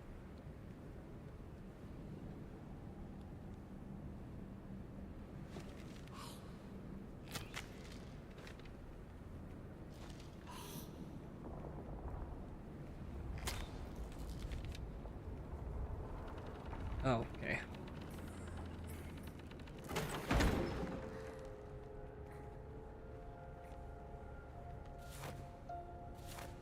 Oh, there we go.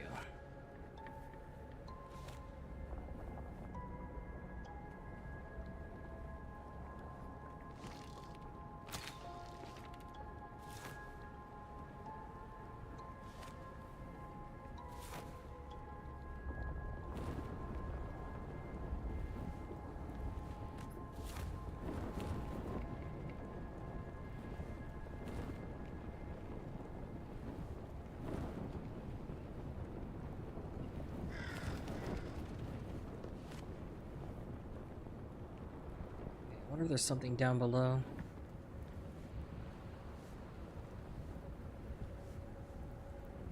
Get on that other platform over there.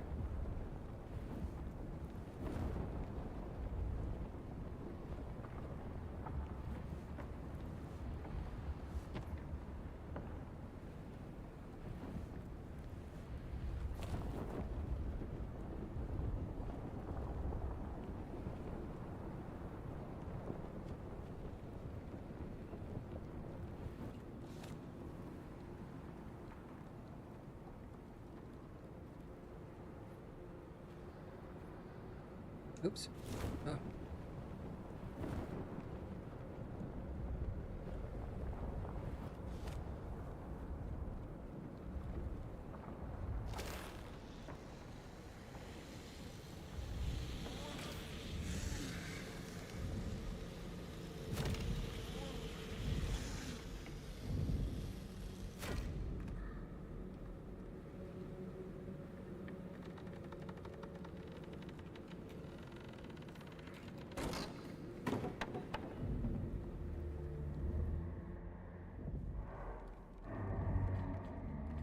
I feel like that giant's close.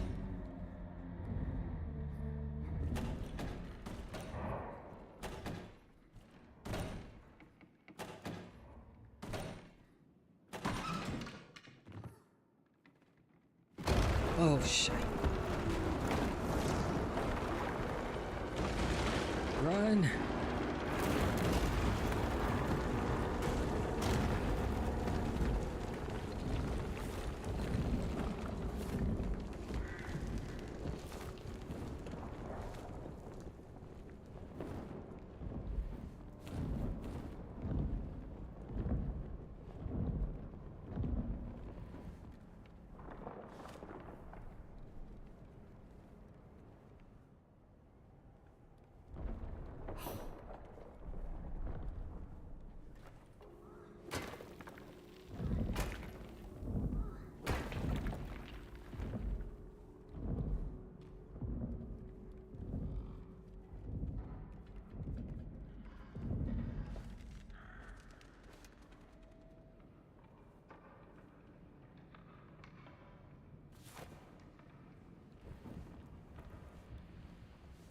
Okay, so this helps with fall damage.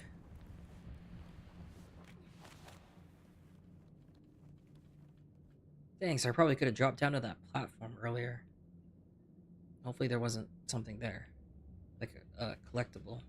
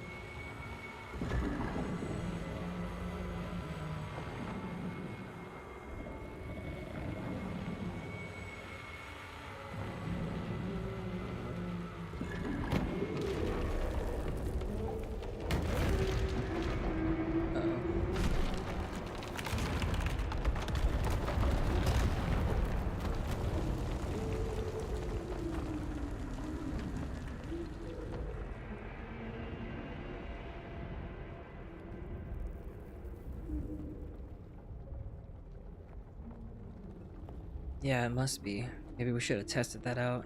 Let it hit us with its gaze.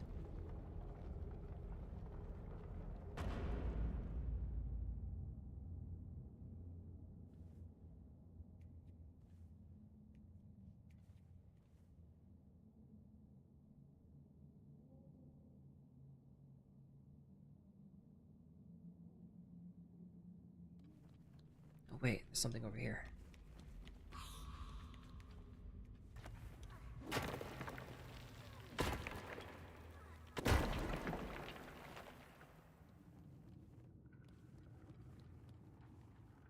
Hey, little buddy.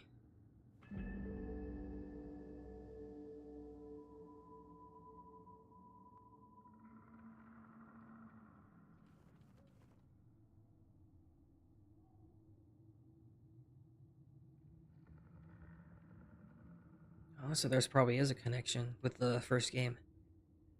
I recall the eye in Little Nightmares 1, but I don't think I got hit by it.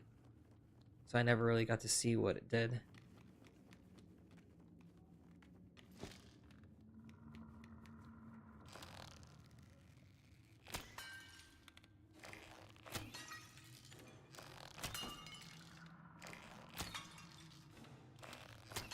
Oh man.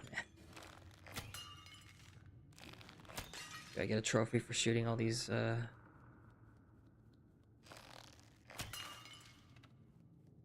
jars.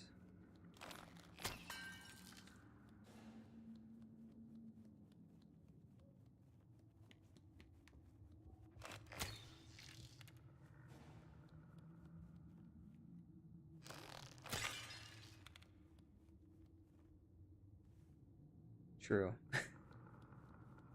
But I mean, for all we know, they're probably turned into stone. It's probably this person right here. Sorry for ruining your work or destroying it. I'll pay you back.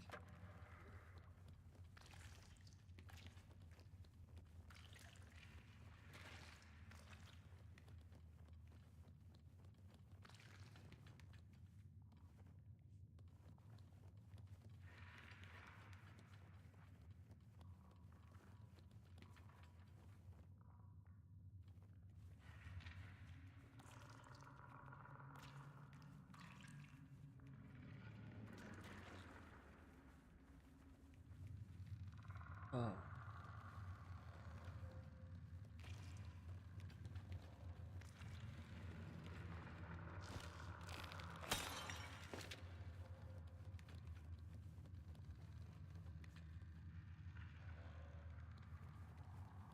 Hmm.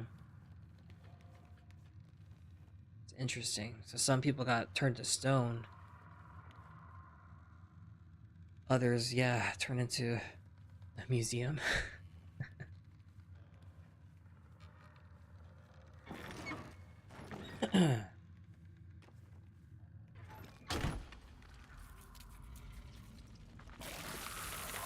Uh-oh.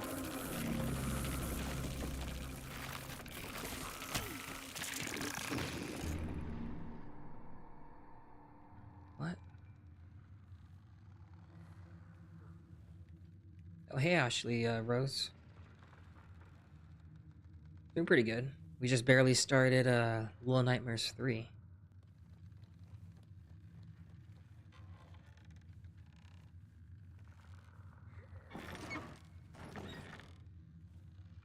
I think that's what, yeah, Death by Rhinoceros.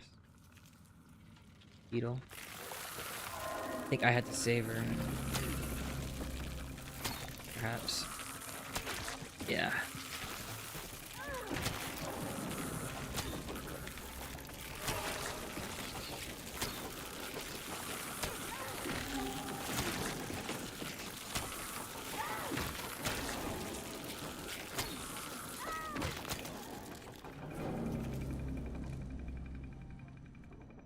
Oh.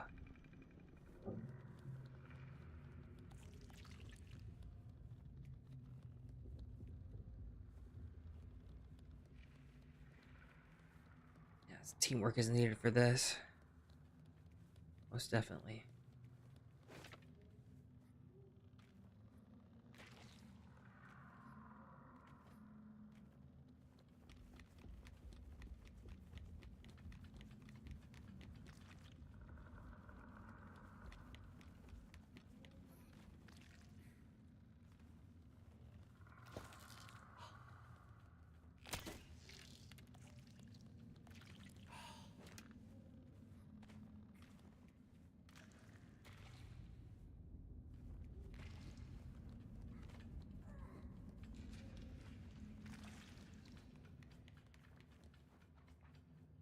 I wonder what's up with all these weird little black, gooey, bee-looking things. Or bubbles.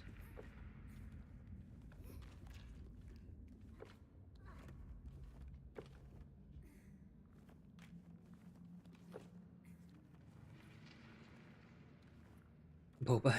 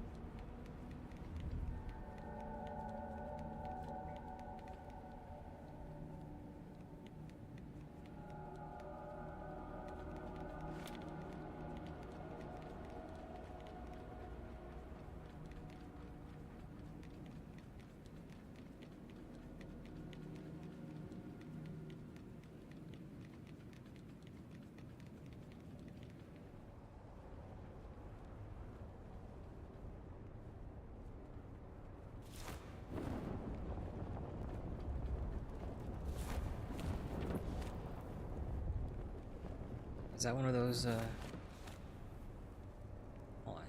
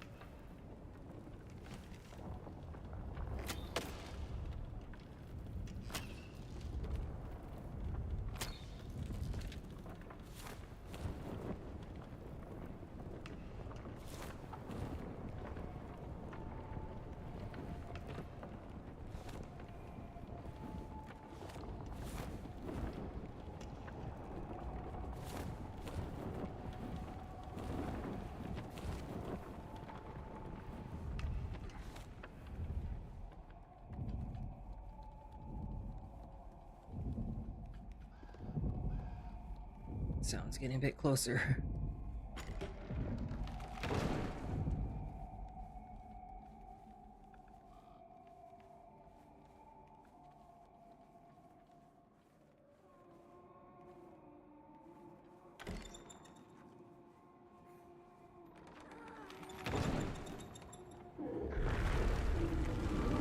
Shoot. Ah, flashbang.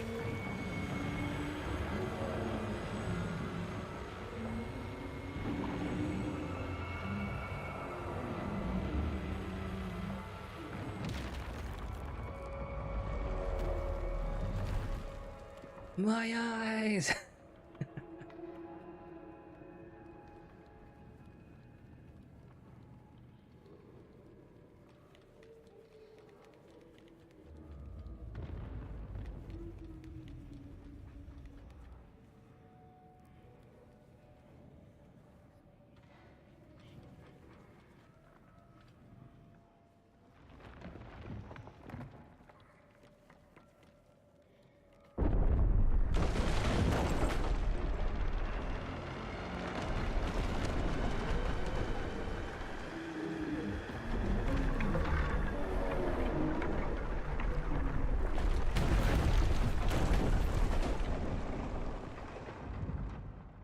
Ooh, that was close.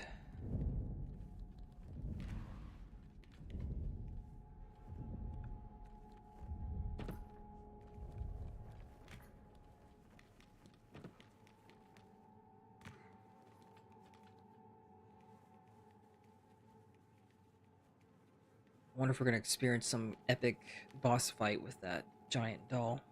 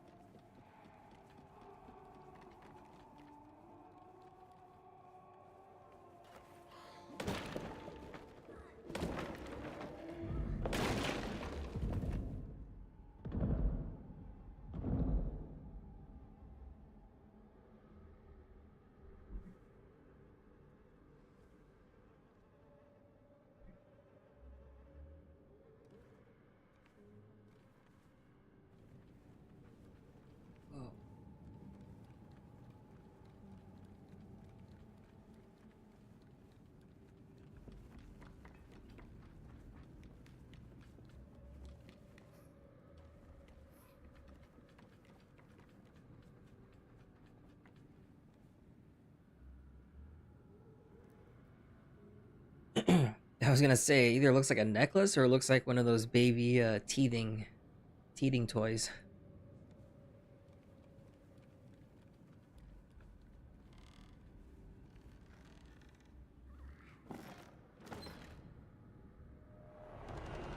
Oh shoot.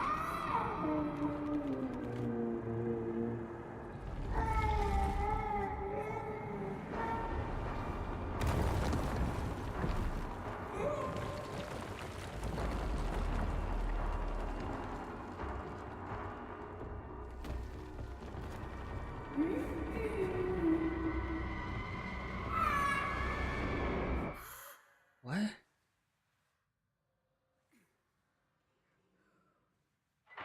It was all a dream.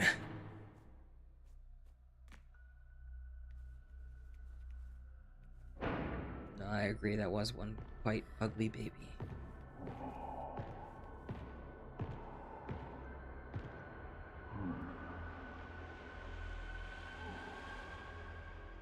What?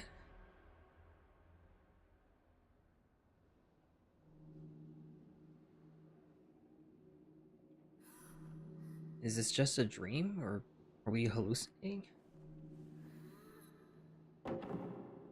Or was that like a... Or maybe that was a flashback. Never mind.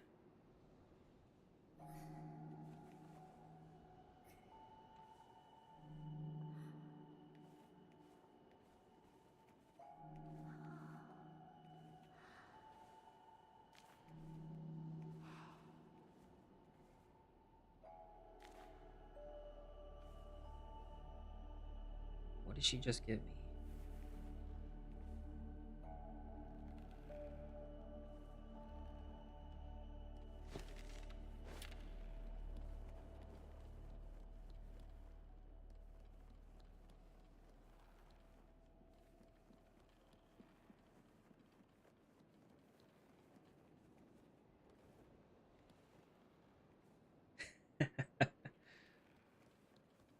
Yeah, it kind of looked like it. All we need is a light now.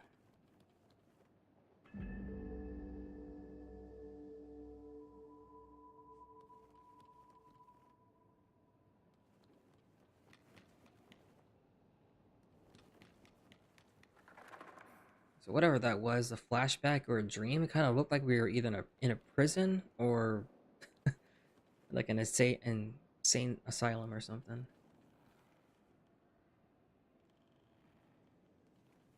Hey, Rose Venom. Welcome.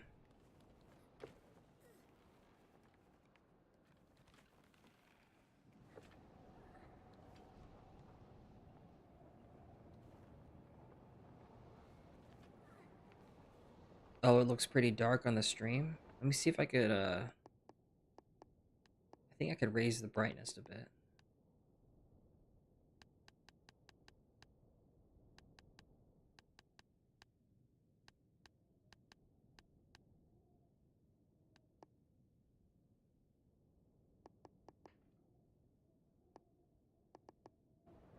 How's that? Bit better?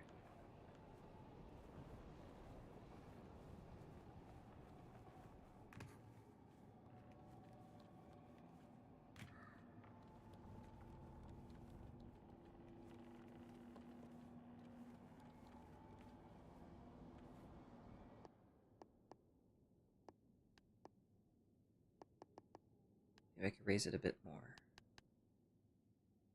We'll try 60.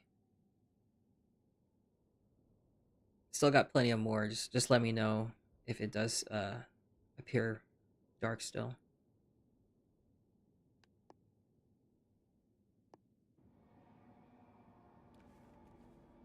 What's this game about? Uh, It's the third installment of the Little Nightmare series, and so far it seems to start off the same. Wake up with some weird vision, and then we start off in a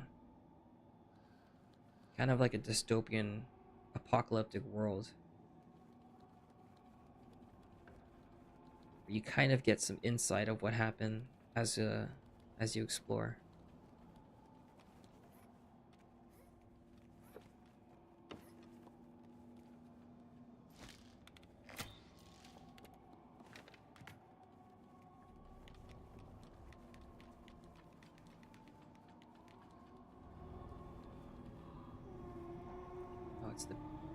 giant.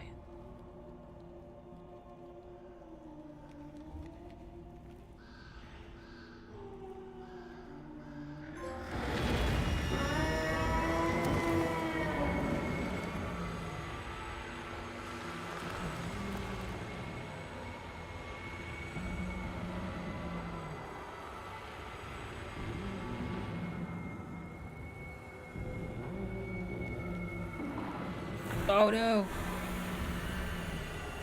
Dang, I wasn't fast enough. Streaming on Kick? No, right now I'm just streaming on Twitch and YouTube.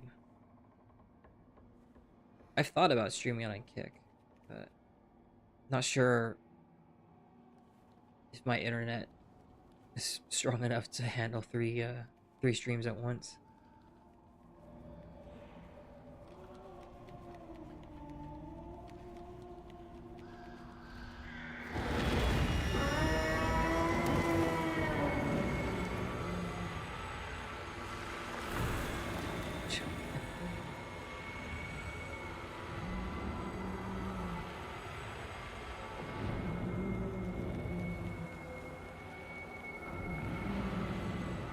If I were to choose another platform to stream on, it would probably be Kick.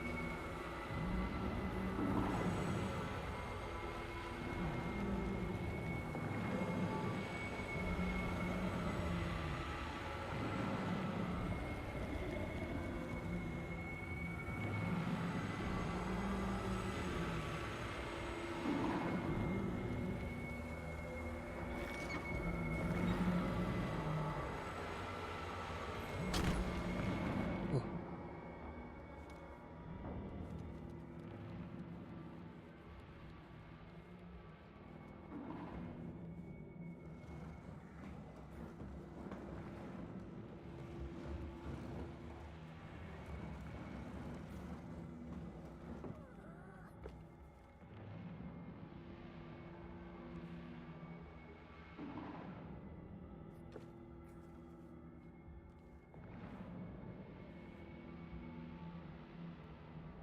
Oh, you might be referring to Nazna.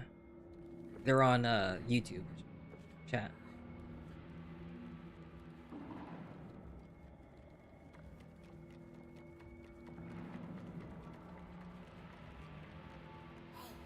Wait, can Alone smash this? Oh, she can.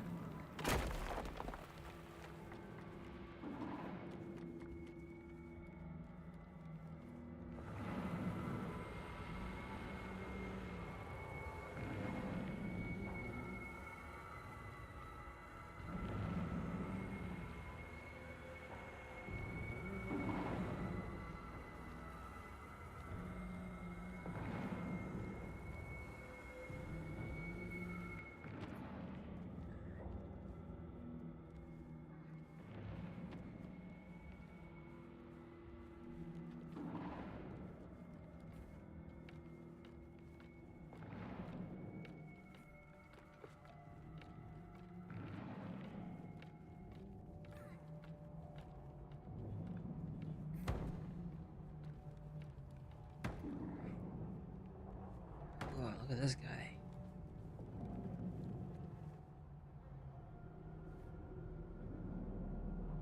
Planning to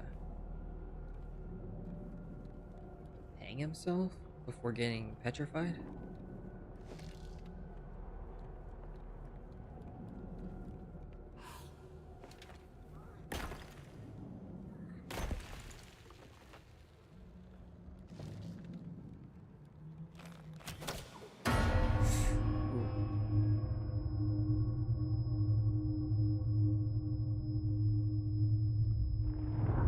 Let's hide.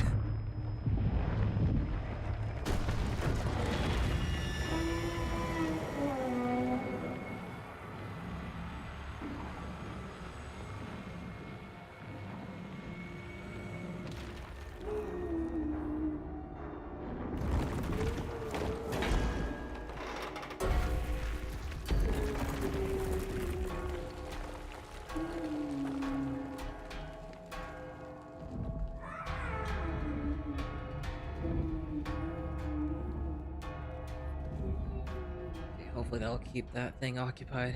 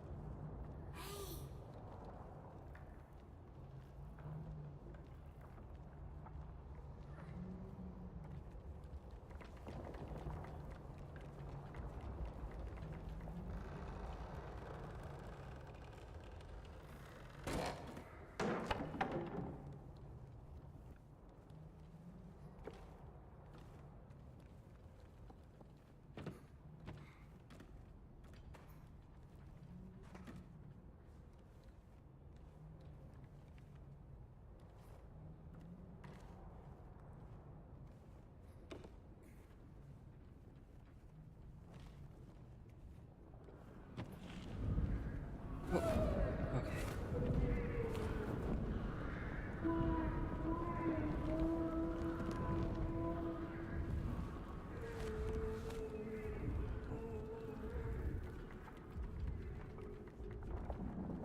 Looks like we might be done with that giant baby.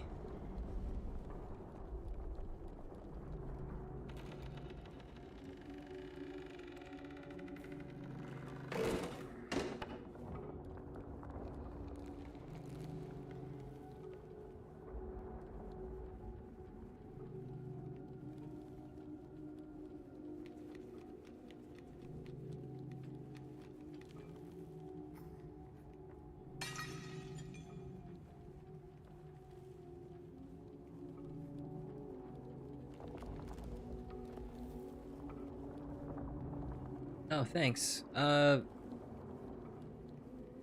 Yes and no. The VTuber model I'm using is a customizable pre-made. So it's available to purchase, but there's options to change like accessories, color and everything. So it does have my own uniqueness to it, I suppose. Yeah, Nazuna has helped me a lot since Hollow Knight 1. And stuck around too, even when switching games away from Hollow Knight. So thank you, Nazuna, for sticking around.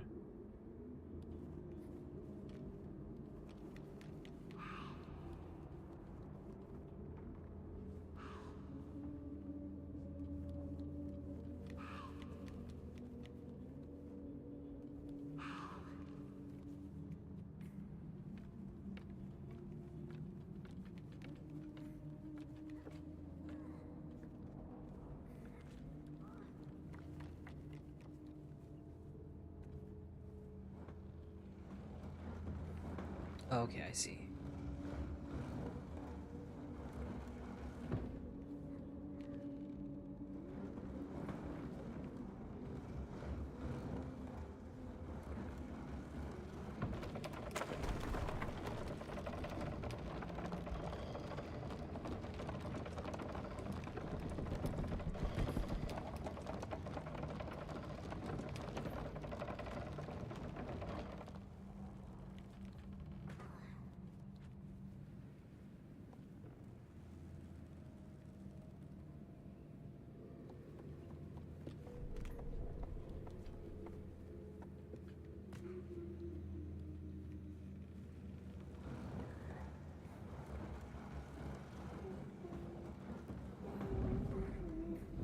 I might have been wrong. That giant doll's still here.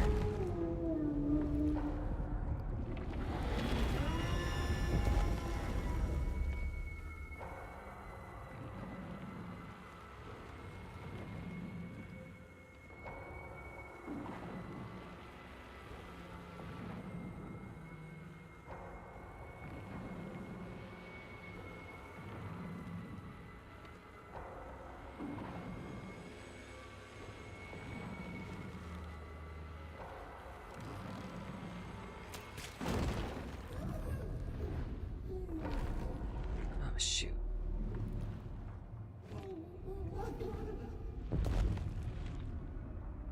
Okay.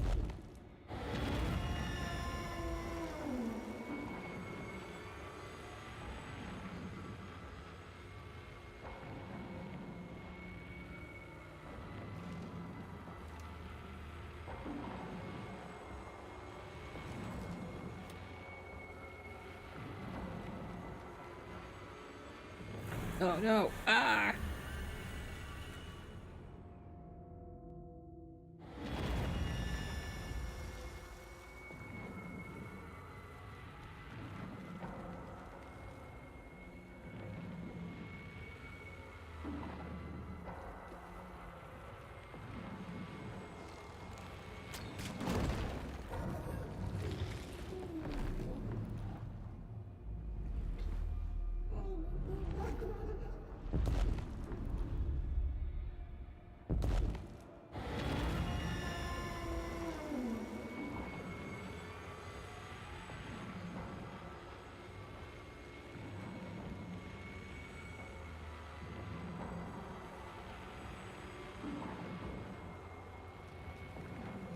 Ah.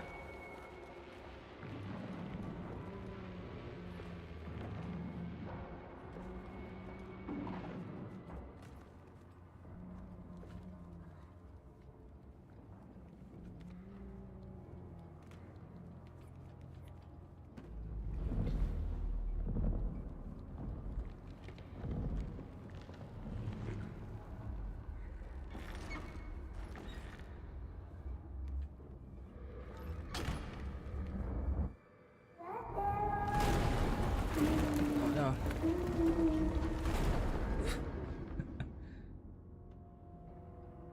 It's like we gotta just book it as soon as we go to that next room.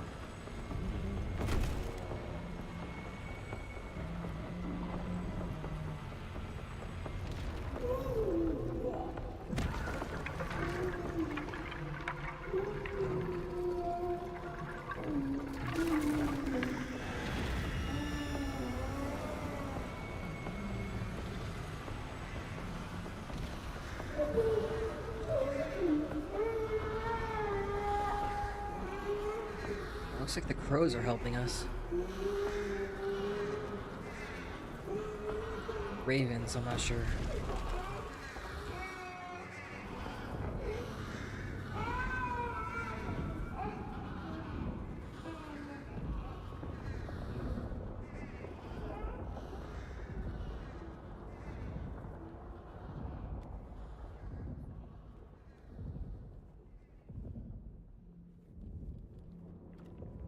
Yeah, same. I was like, how are we gonna defeat this thing?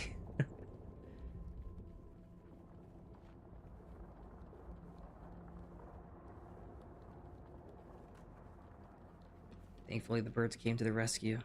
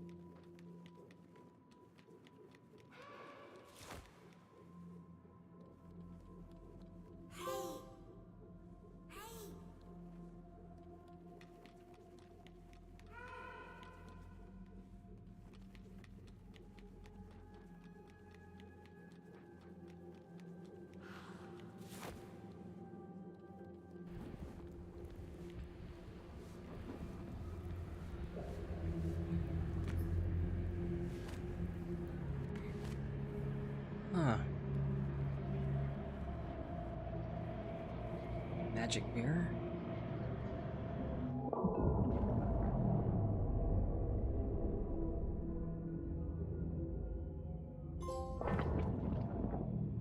Child's play.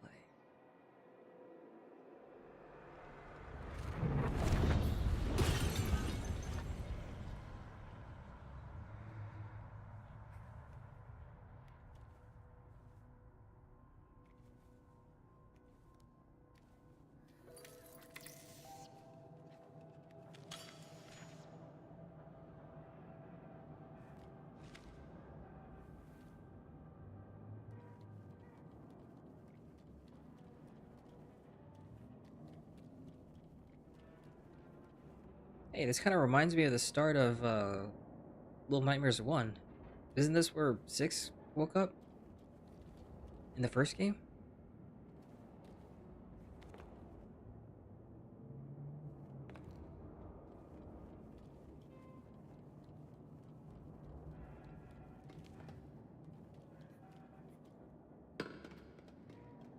Oh, she woke up in her luggage.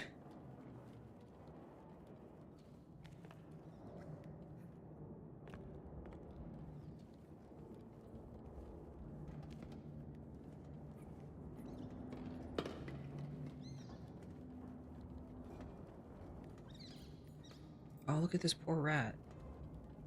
Can we help him?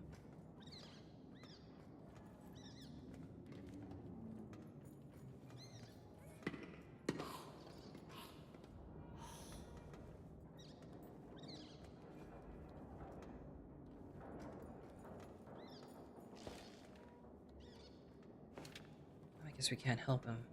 Darn.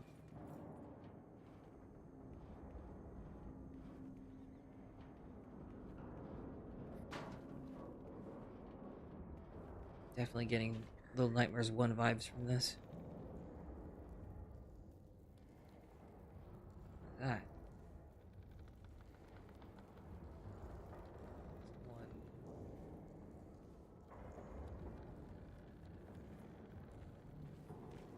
Someone's just hanging around. Strange rope, yeah.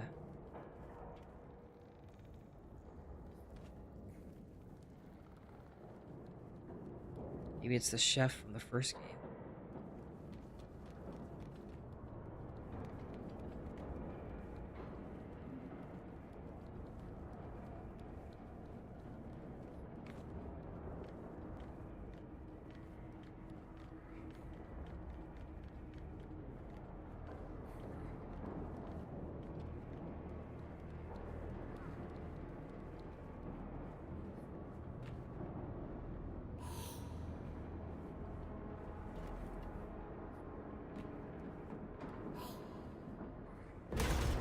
Oh.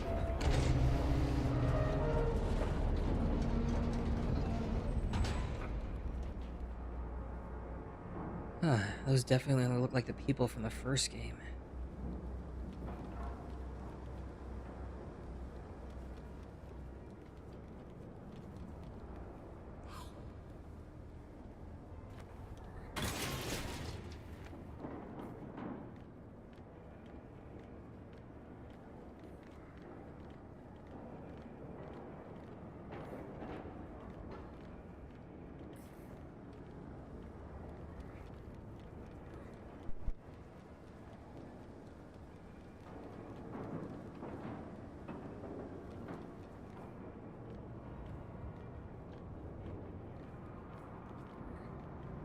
If I had to guess, they're probably going into processing, so to speak.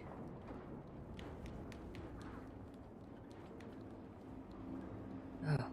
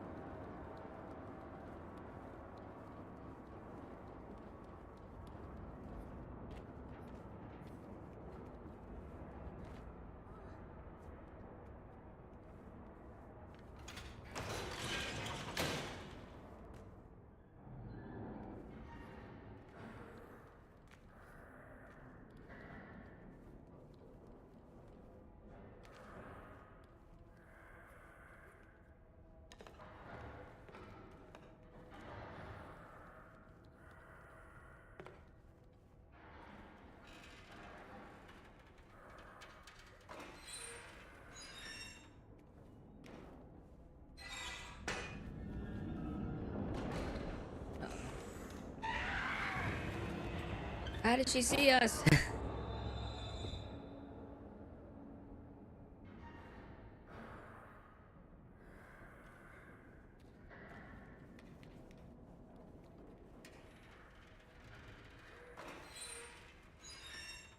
Did the AI mess up? Did they peek out of cover when they weren't supposed to?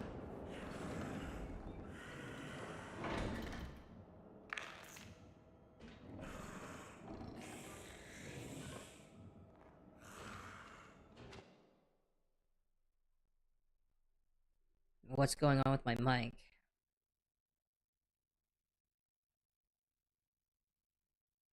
Am I sounding am I sounding high pitch again?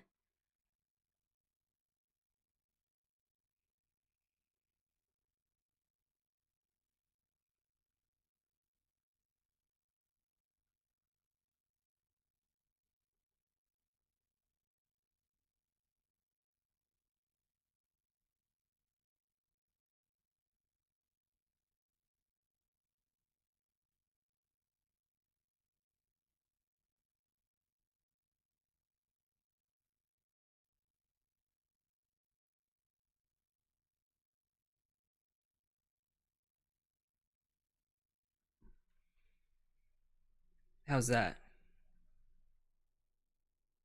Is that better?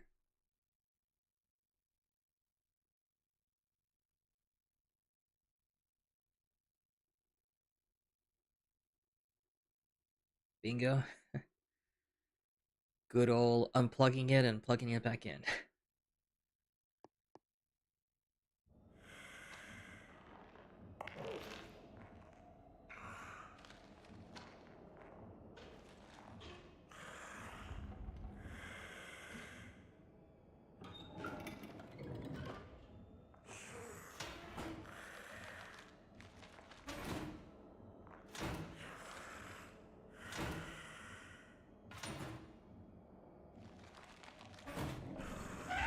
What? How?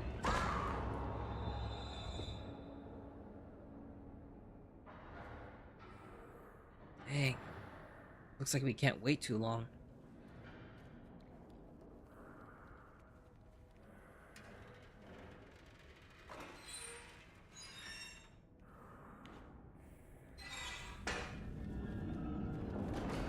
Thinking maybe once she goes to the cabinet on the right, we'll make a run to the desk in the middle. Perhaps.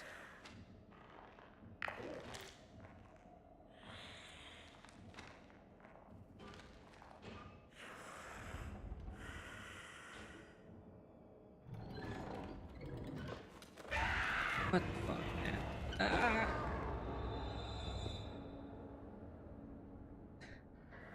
Let's try that again, but not run this time. We'll try to crouch sneak.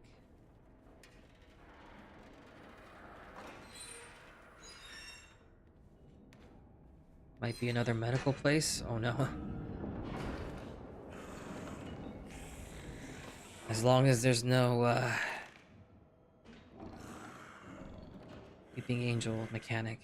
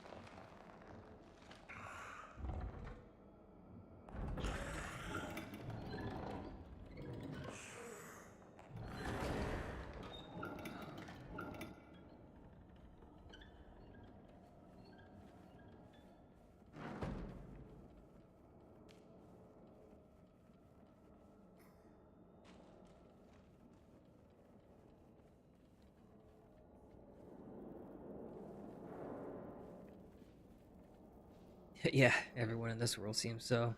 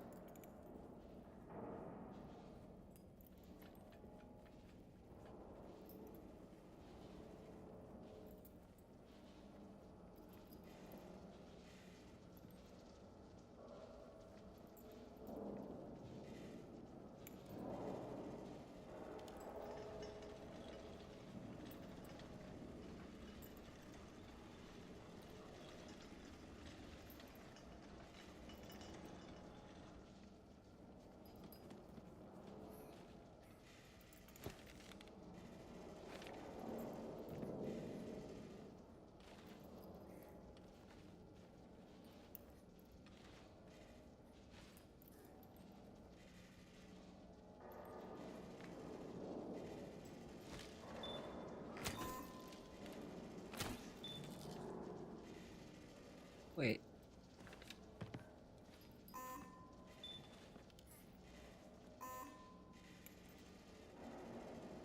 Oh, never mind.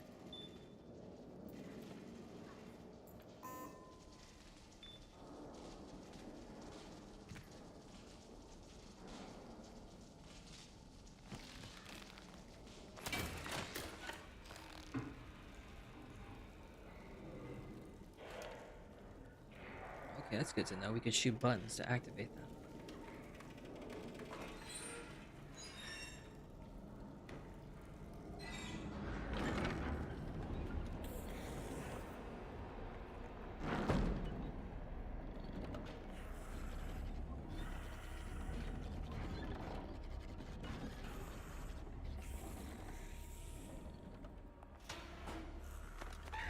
Oh, we ran. Damn it. Grab her. Oh, no.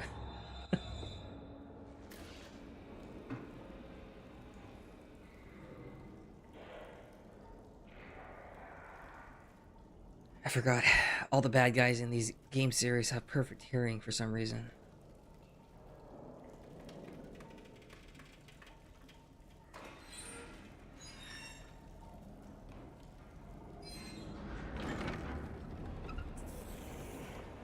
She looks like Clara to you?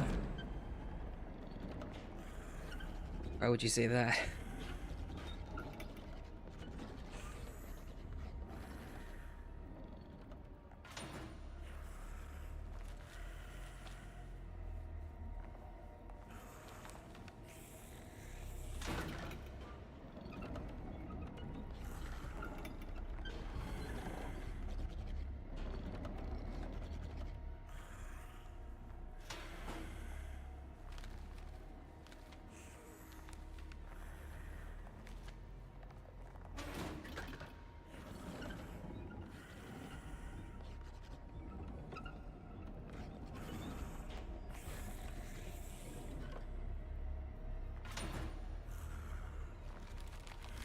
Oh, I think we need to climb.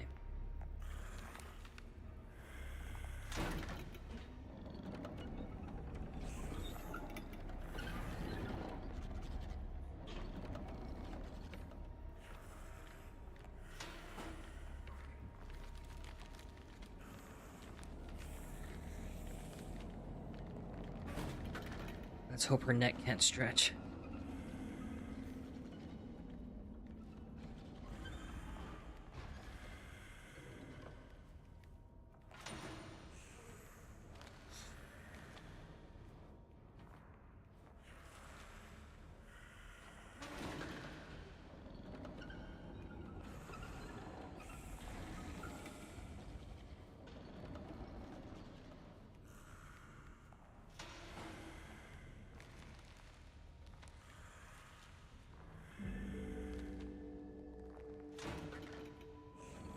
No reason at all? Is there a Clara in your life that you dislike, Nazana?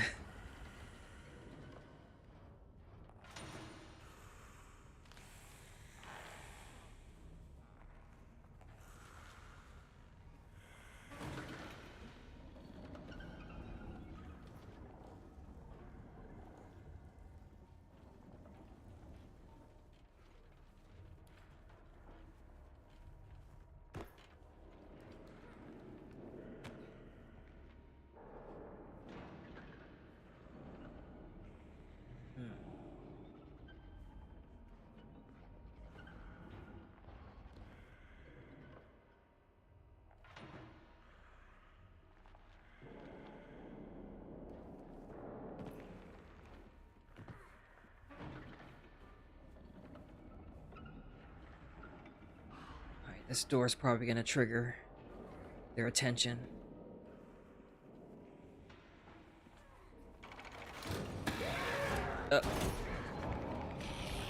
Run!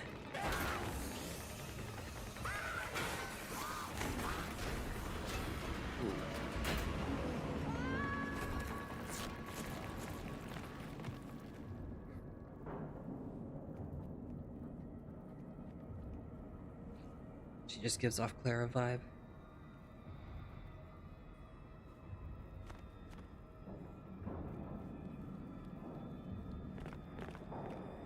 Damn, look at all this candy.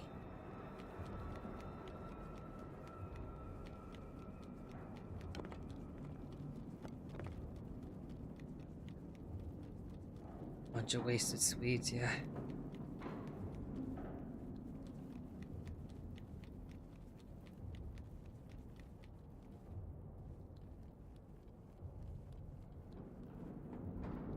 Afraid to find out what they're made out of. That's the question right there. Hopefully they're not those people that were being transported.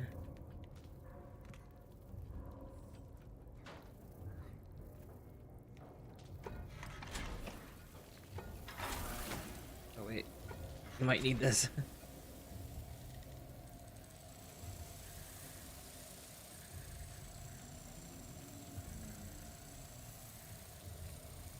Oh man, this is easy. Imagine playing with another person randomly, trying to coordinate movement.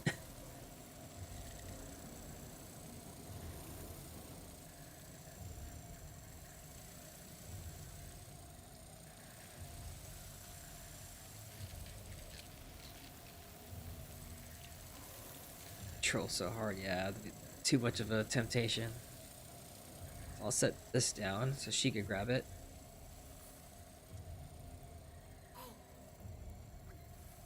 Oop.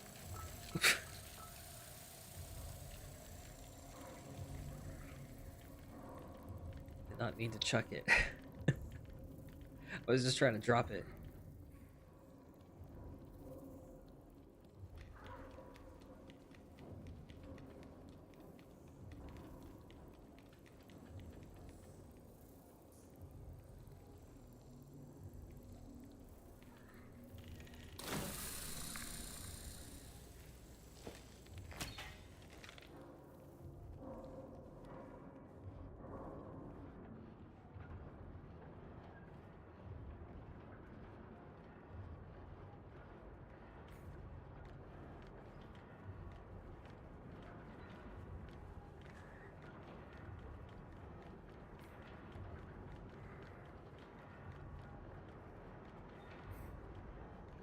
Ew.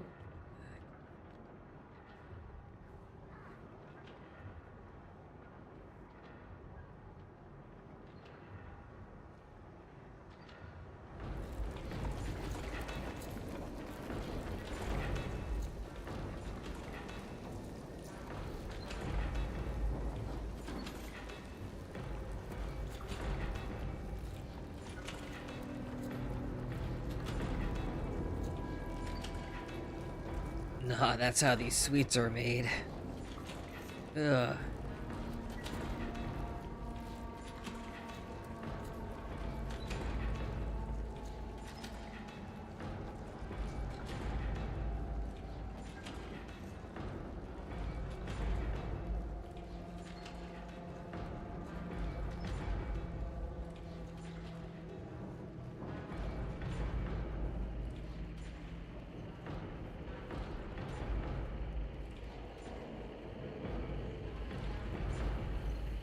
Huh. I wonder if it's also tied to Little Nightmares 2 with the TV. The TV, hypnosis.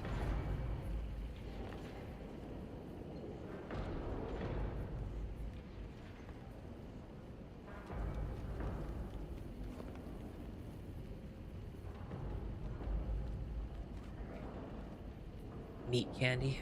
Yum. Only the best.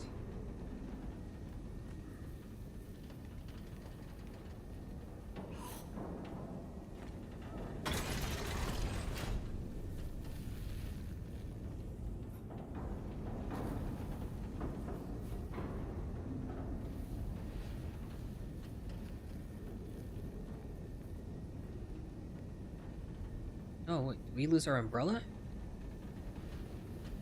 Just trying to deploy it right now.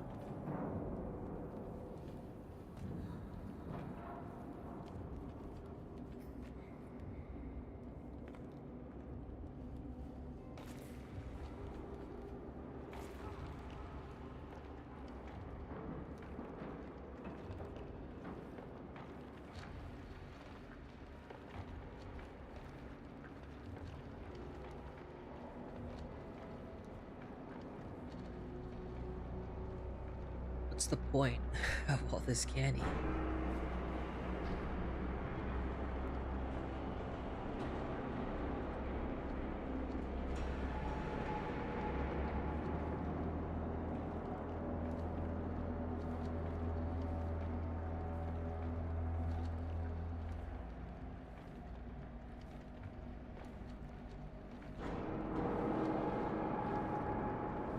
You clean all this up in a day?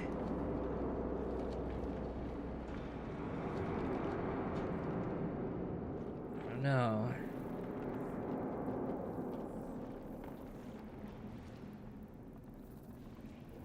Oh yeah, maybe for the big baby.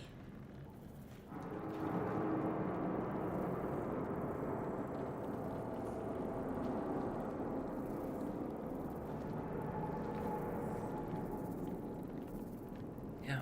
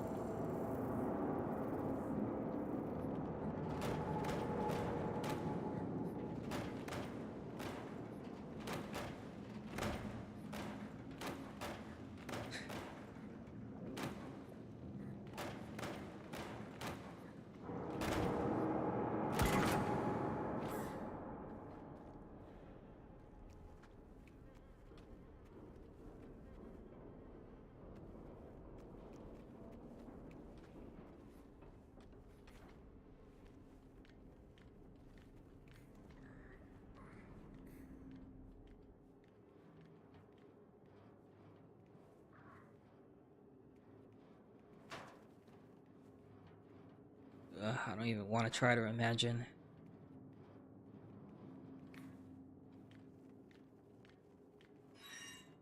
Need a lot of Febreze to freshen up this place. Oh, a sausage.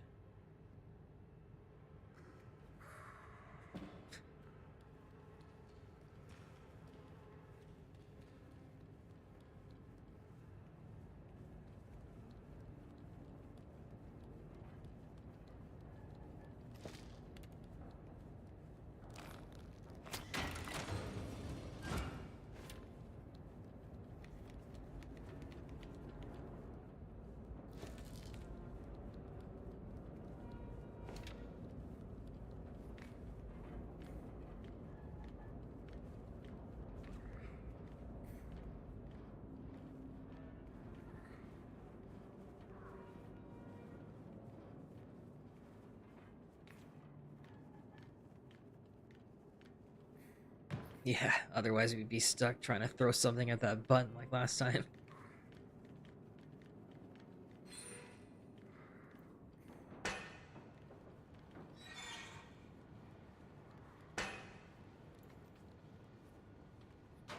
Looks like we could backtrack a bit.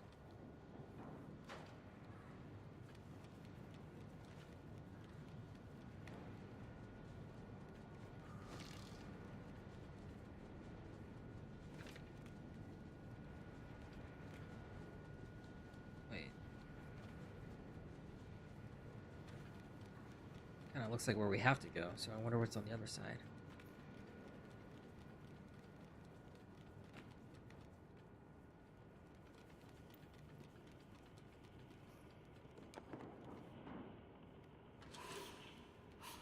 Smash this.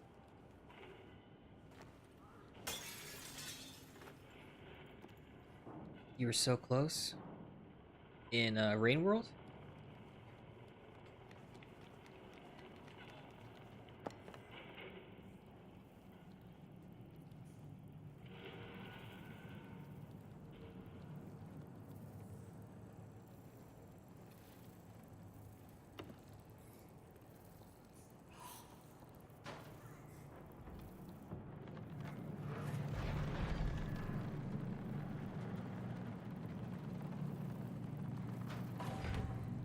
Guessing it doesn't matter which way we go, left or right. It looks like both sides might have a fuse we need.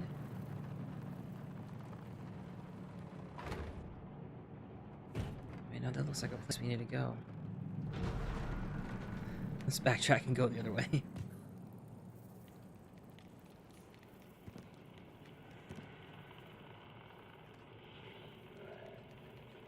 Stuck in an area for 3 hours trying to take care of a child.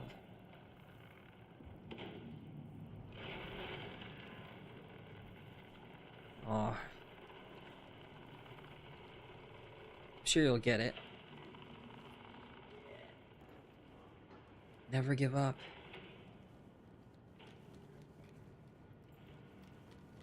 Remember, I spent more than 3 hours fighting that lost kin. But I didn't give up.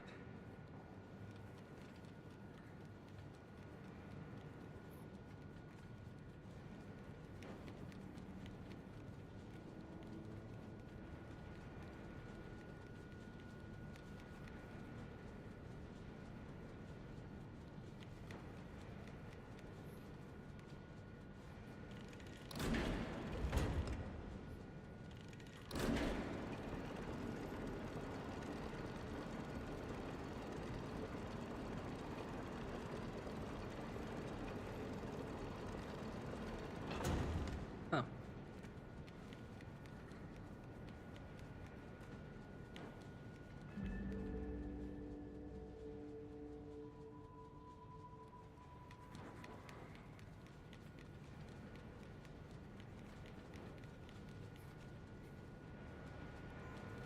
Oh, fuck.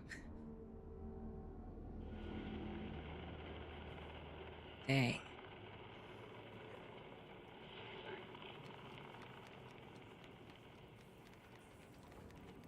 Looks like we can't go that way because there's a fan in the... Wish the game didn't do that. That's my fault, I guess, for running in blindly full speed.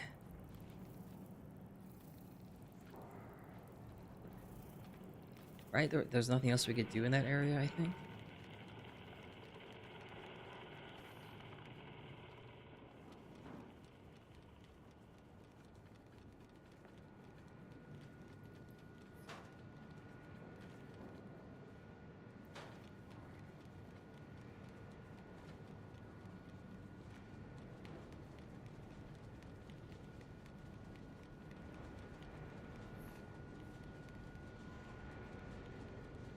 Hmm.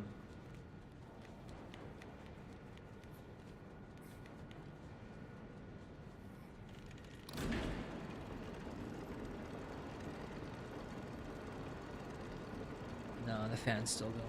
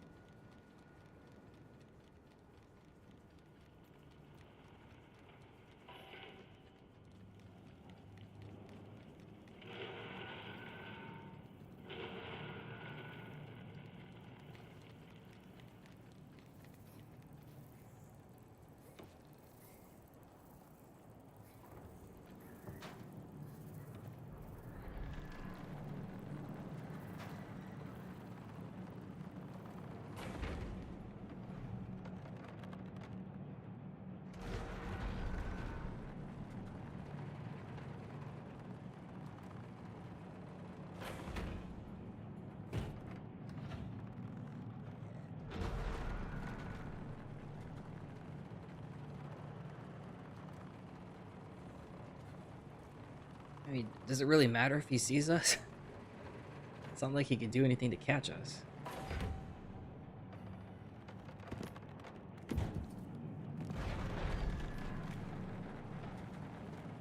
Is anything's over here?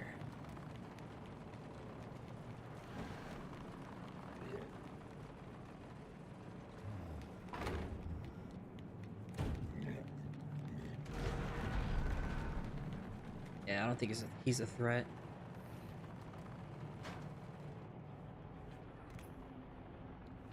Okay, there's the first fuse.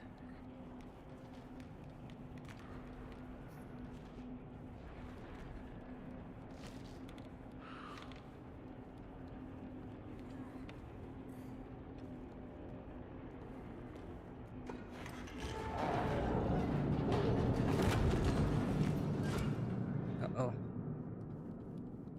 Don't tell me he fell to the floor.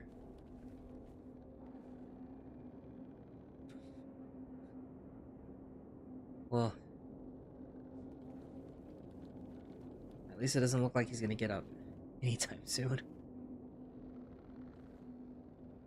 He needs life alert. He's fallen and he can't get up.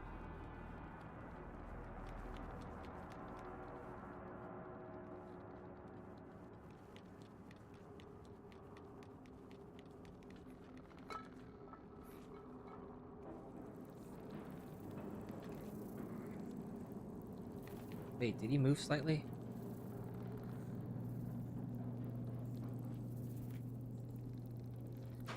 Wait, where's the fuse?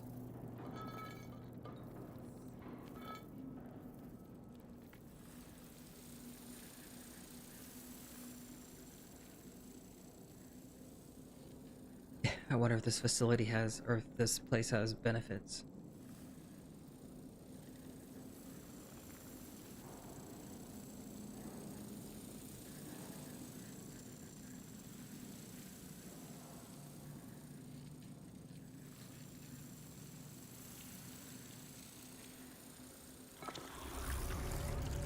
What? What happened? Oh, did she get eaten? My bad.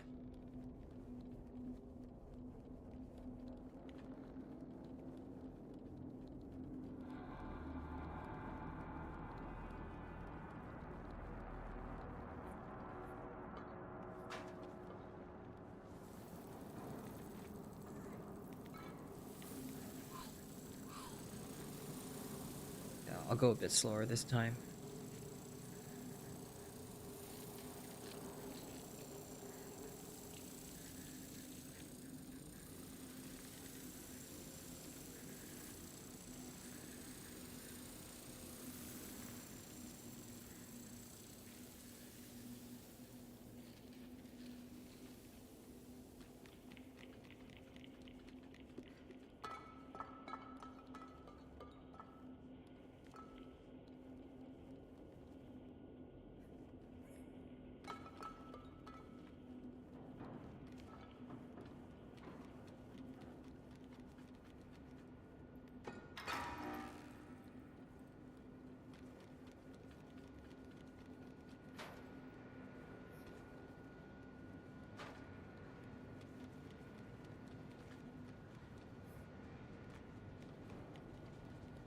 Huh, looks like we have to try to do something here.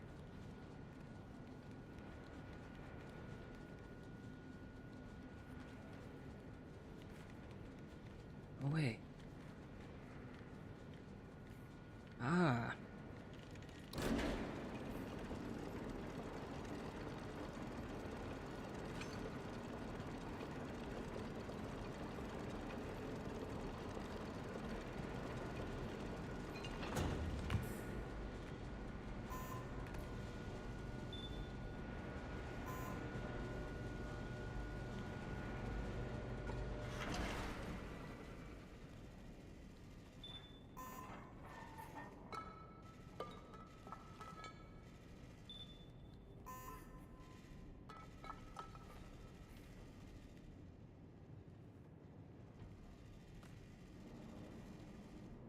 Such an odd location for this person to, chill.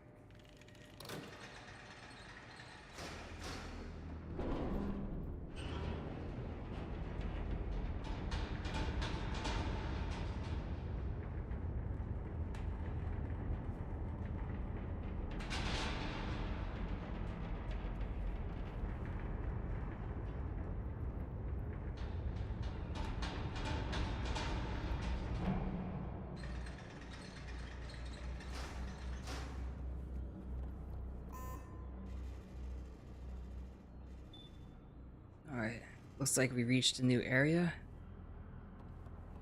I think this might be a good spot to call it for the night. It is getting pretty late. So I think this is a good place to stop for us to continue tomorrow.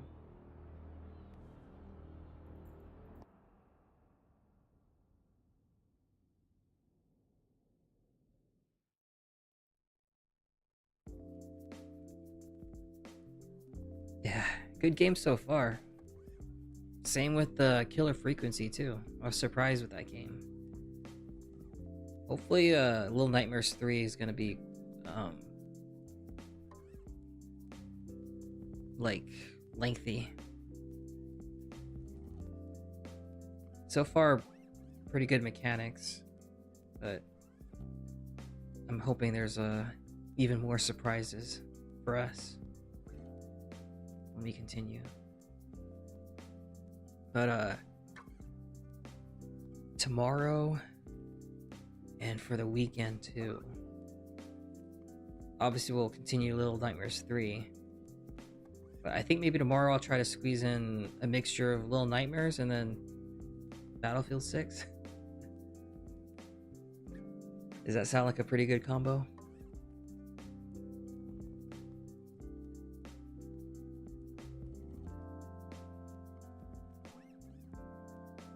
Hopefully you're into, hopefully you wouldn't mind, first-person shooters. Being scared and possibly raging. Yeah. With both. What else? There was something I was thinking about working on. Actually, I was kind of working on it earlier, script-wise, but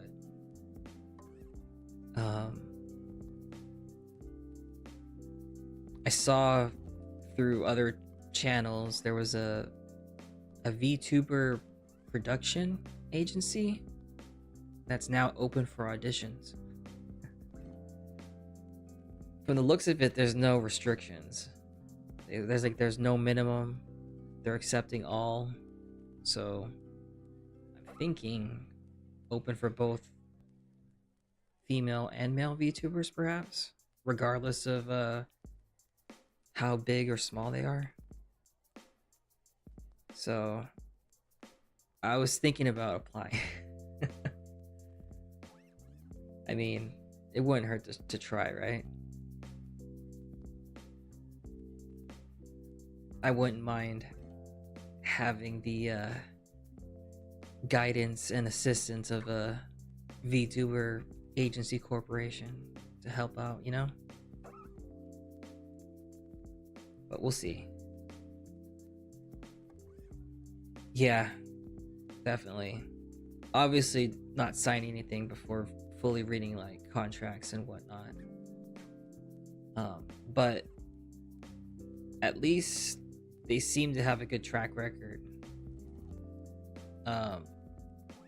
Prior to that, they've had history of like sponsoring VTuber events. So that at least proves they, you know, have financial backing and capabilities, right? To help sponsor those. So I think now they're probably trying to expand by getting their own VTuber group. So that's good. It's not like they're trying to, you know, run right out the gate. They started by just sponsoring small VTuber events to get exposure. But yeah, I might be working more on that tomorrow. Never done an audition before. It says the requirements is 5 minutes max of a video audition. So I was gonna try to yap. I'm like, can I even yap that long?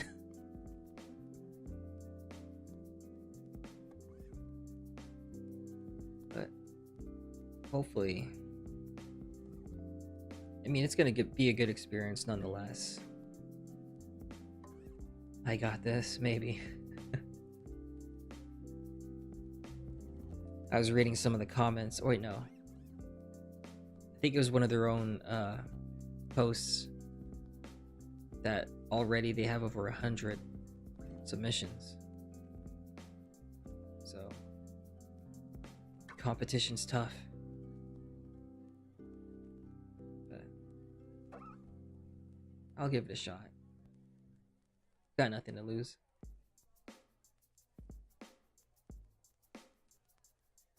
But, anyways, we'll continue Little Nightmares 3 tomorrow, and then fit in some Battlefield 6 too. So, hope nothing bad happens to the competition. Hopefully, hopefully not.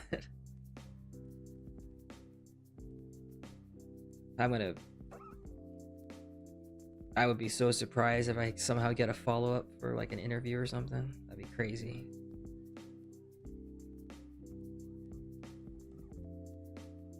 I think the only shot I have is if they need a male VTuber and they haven't gotten much male applicants. Then that'll be my best shot.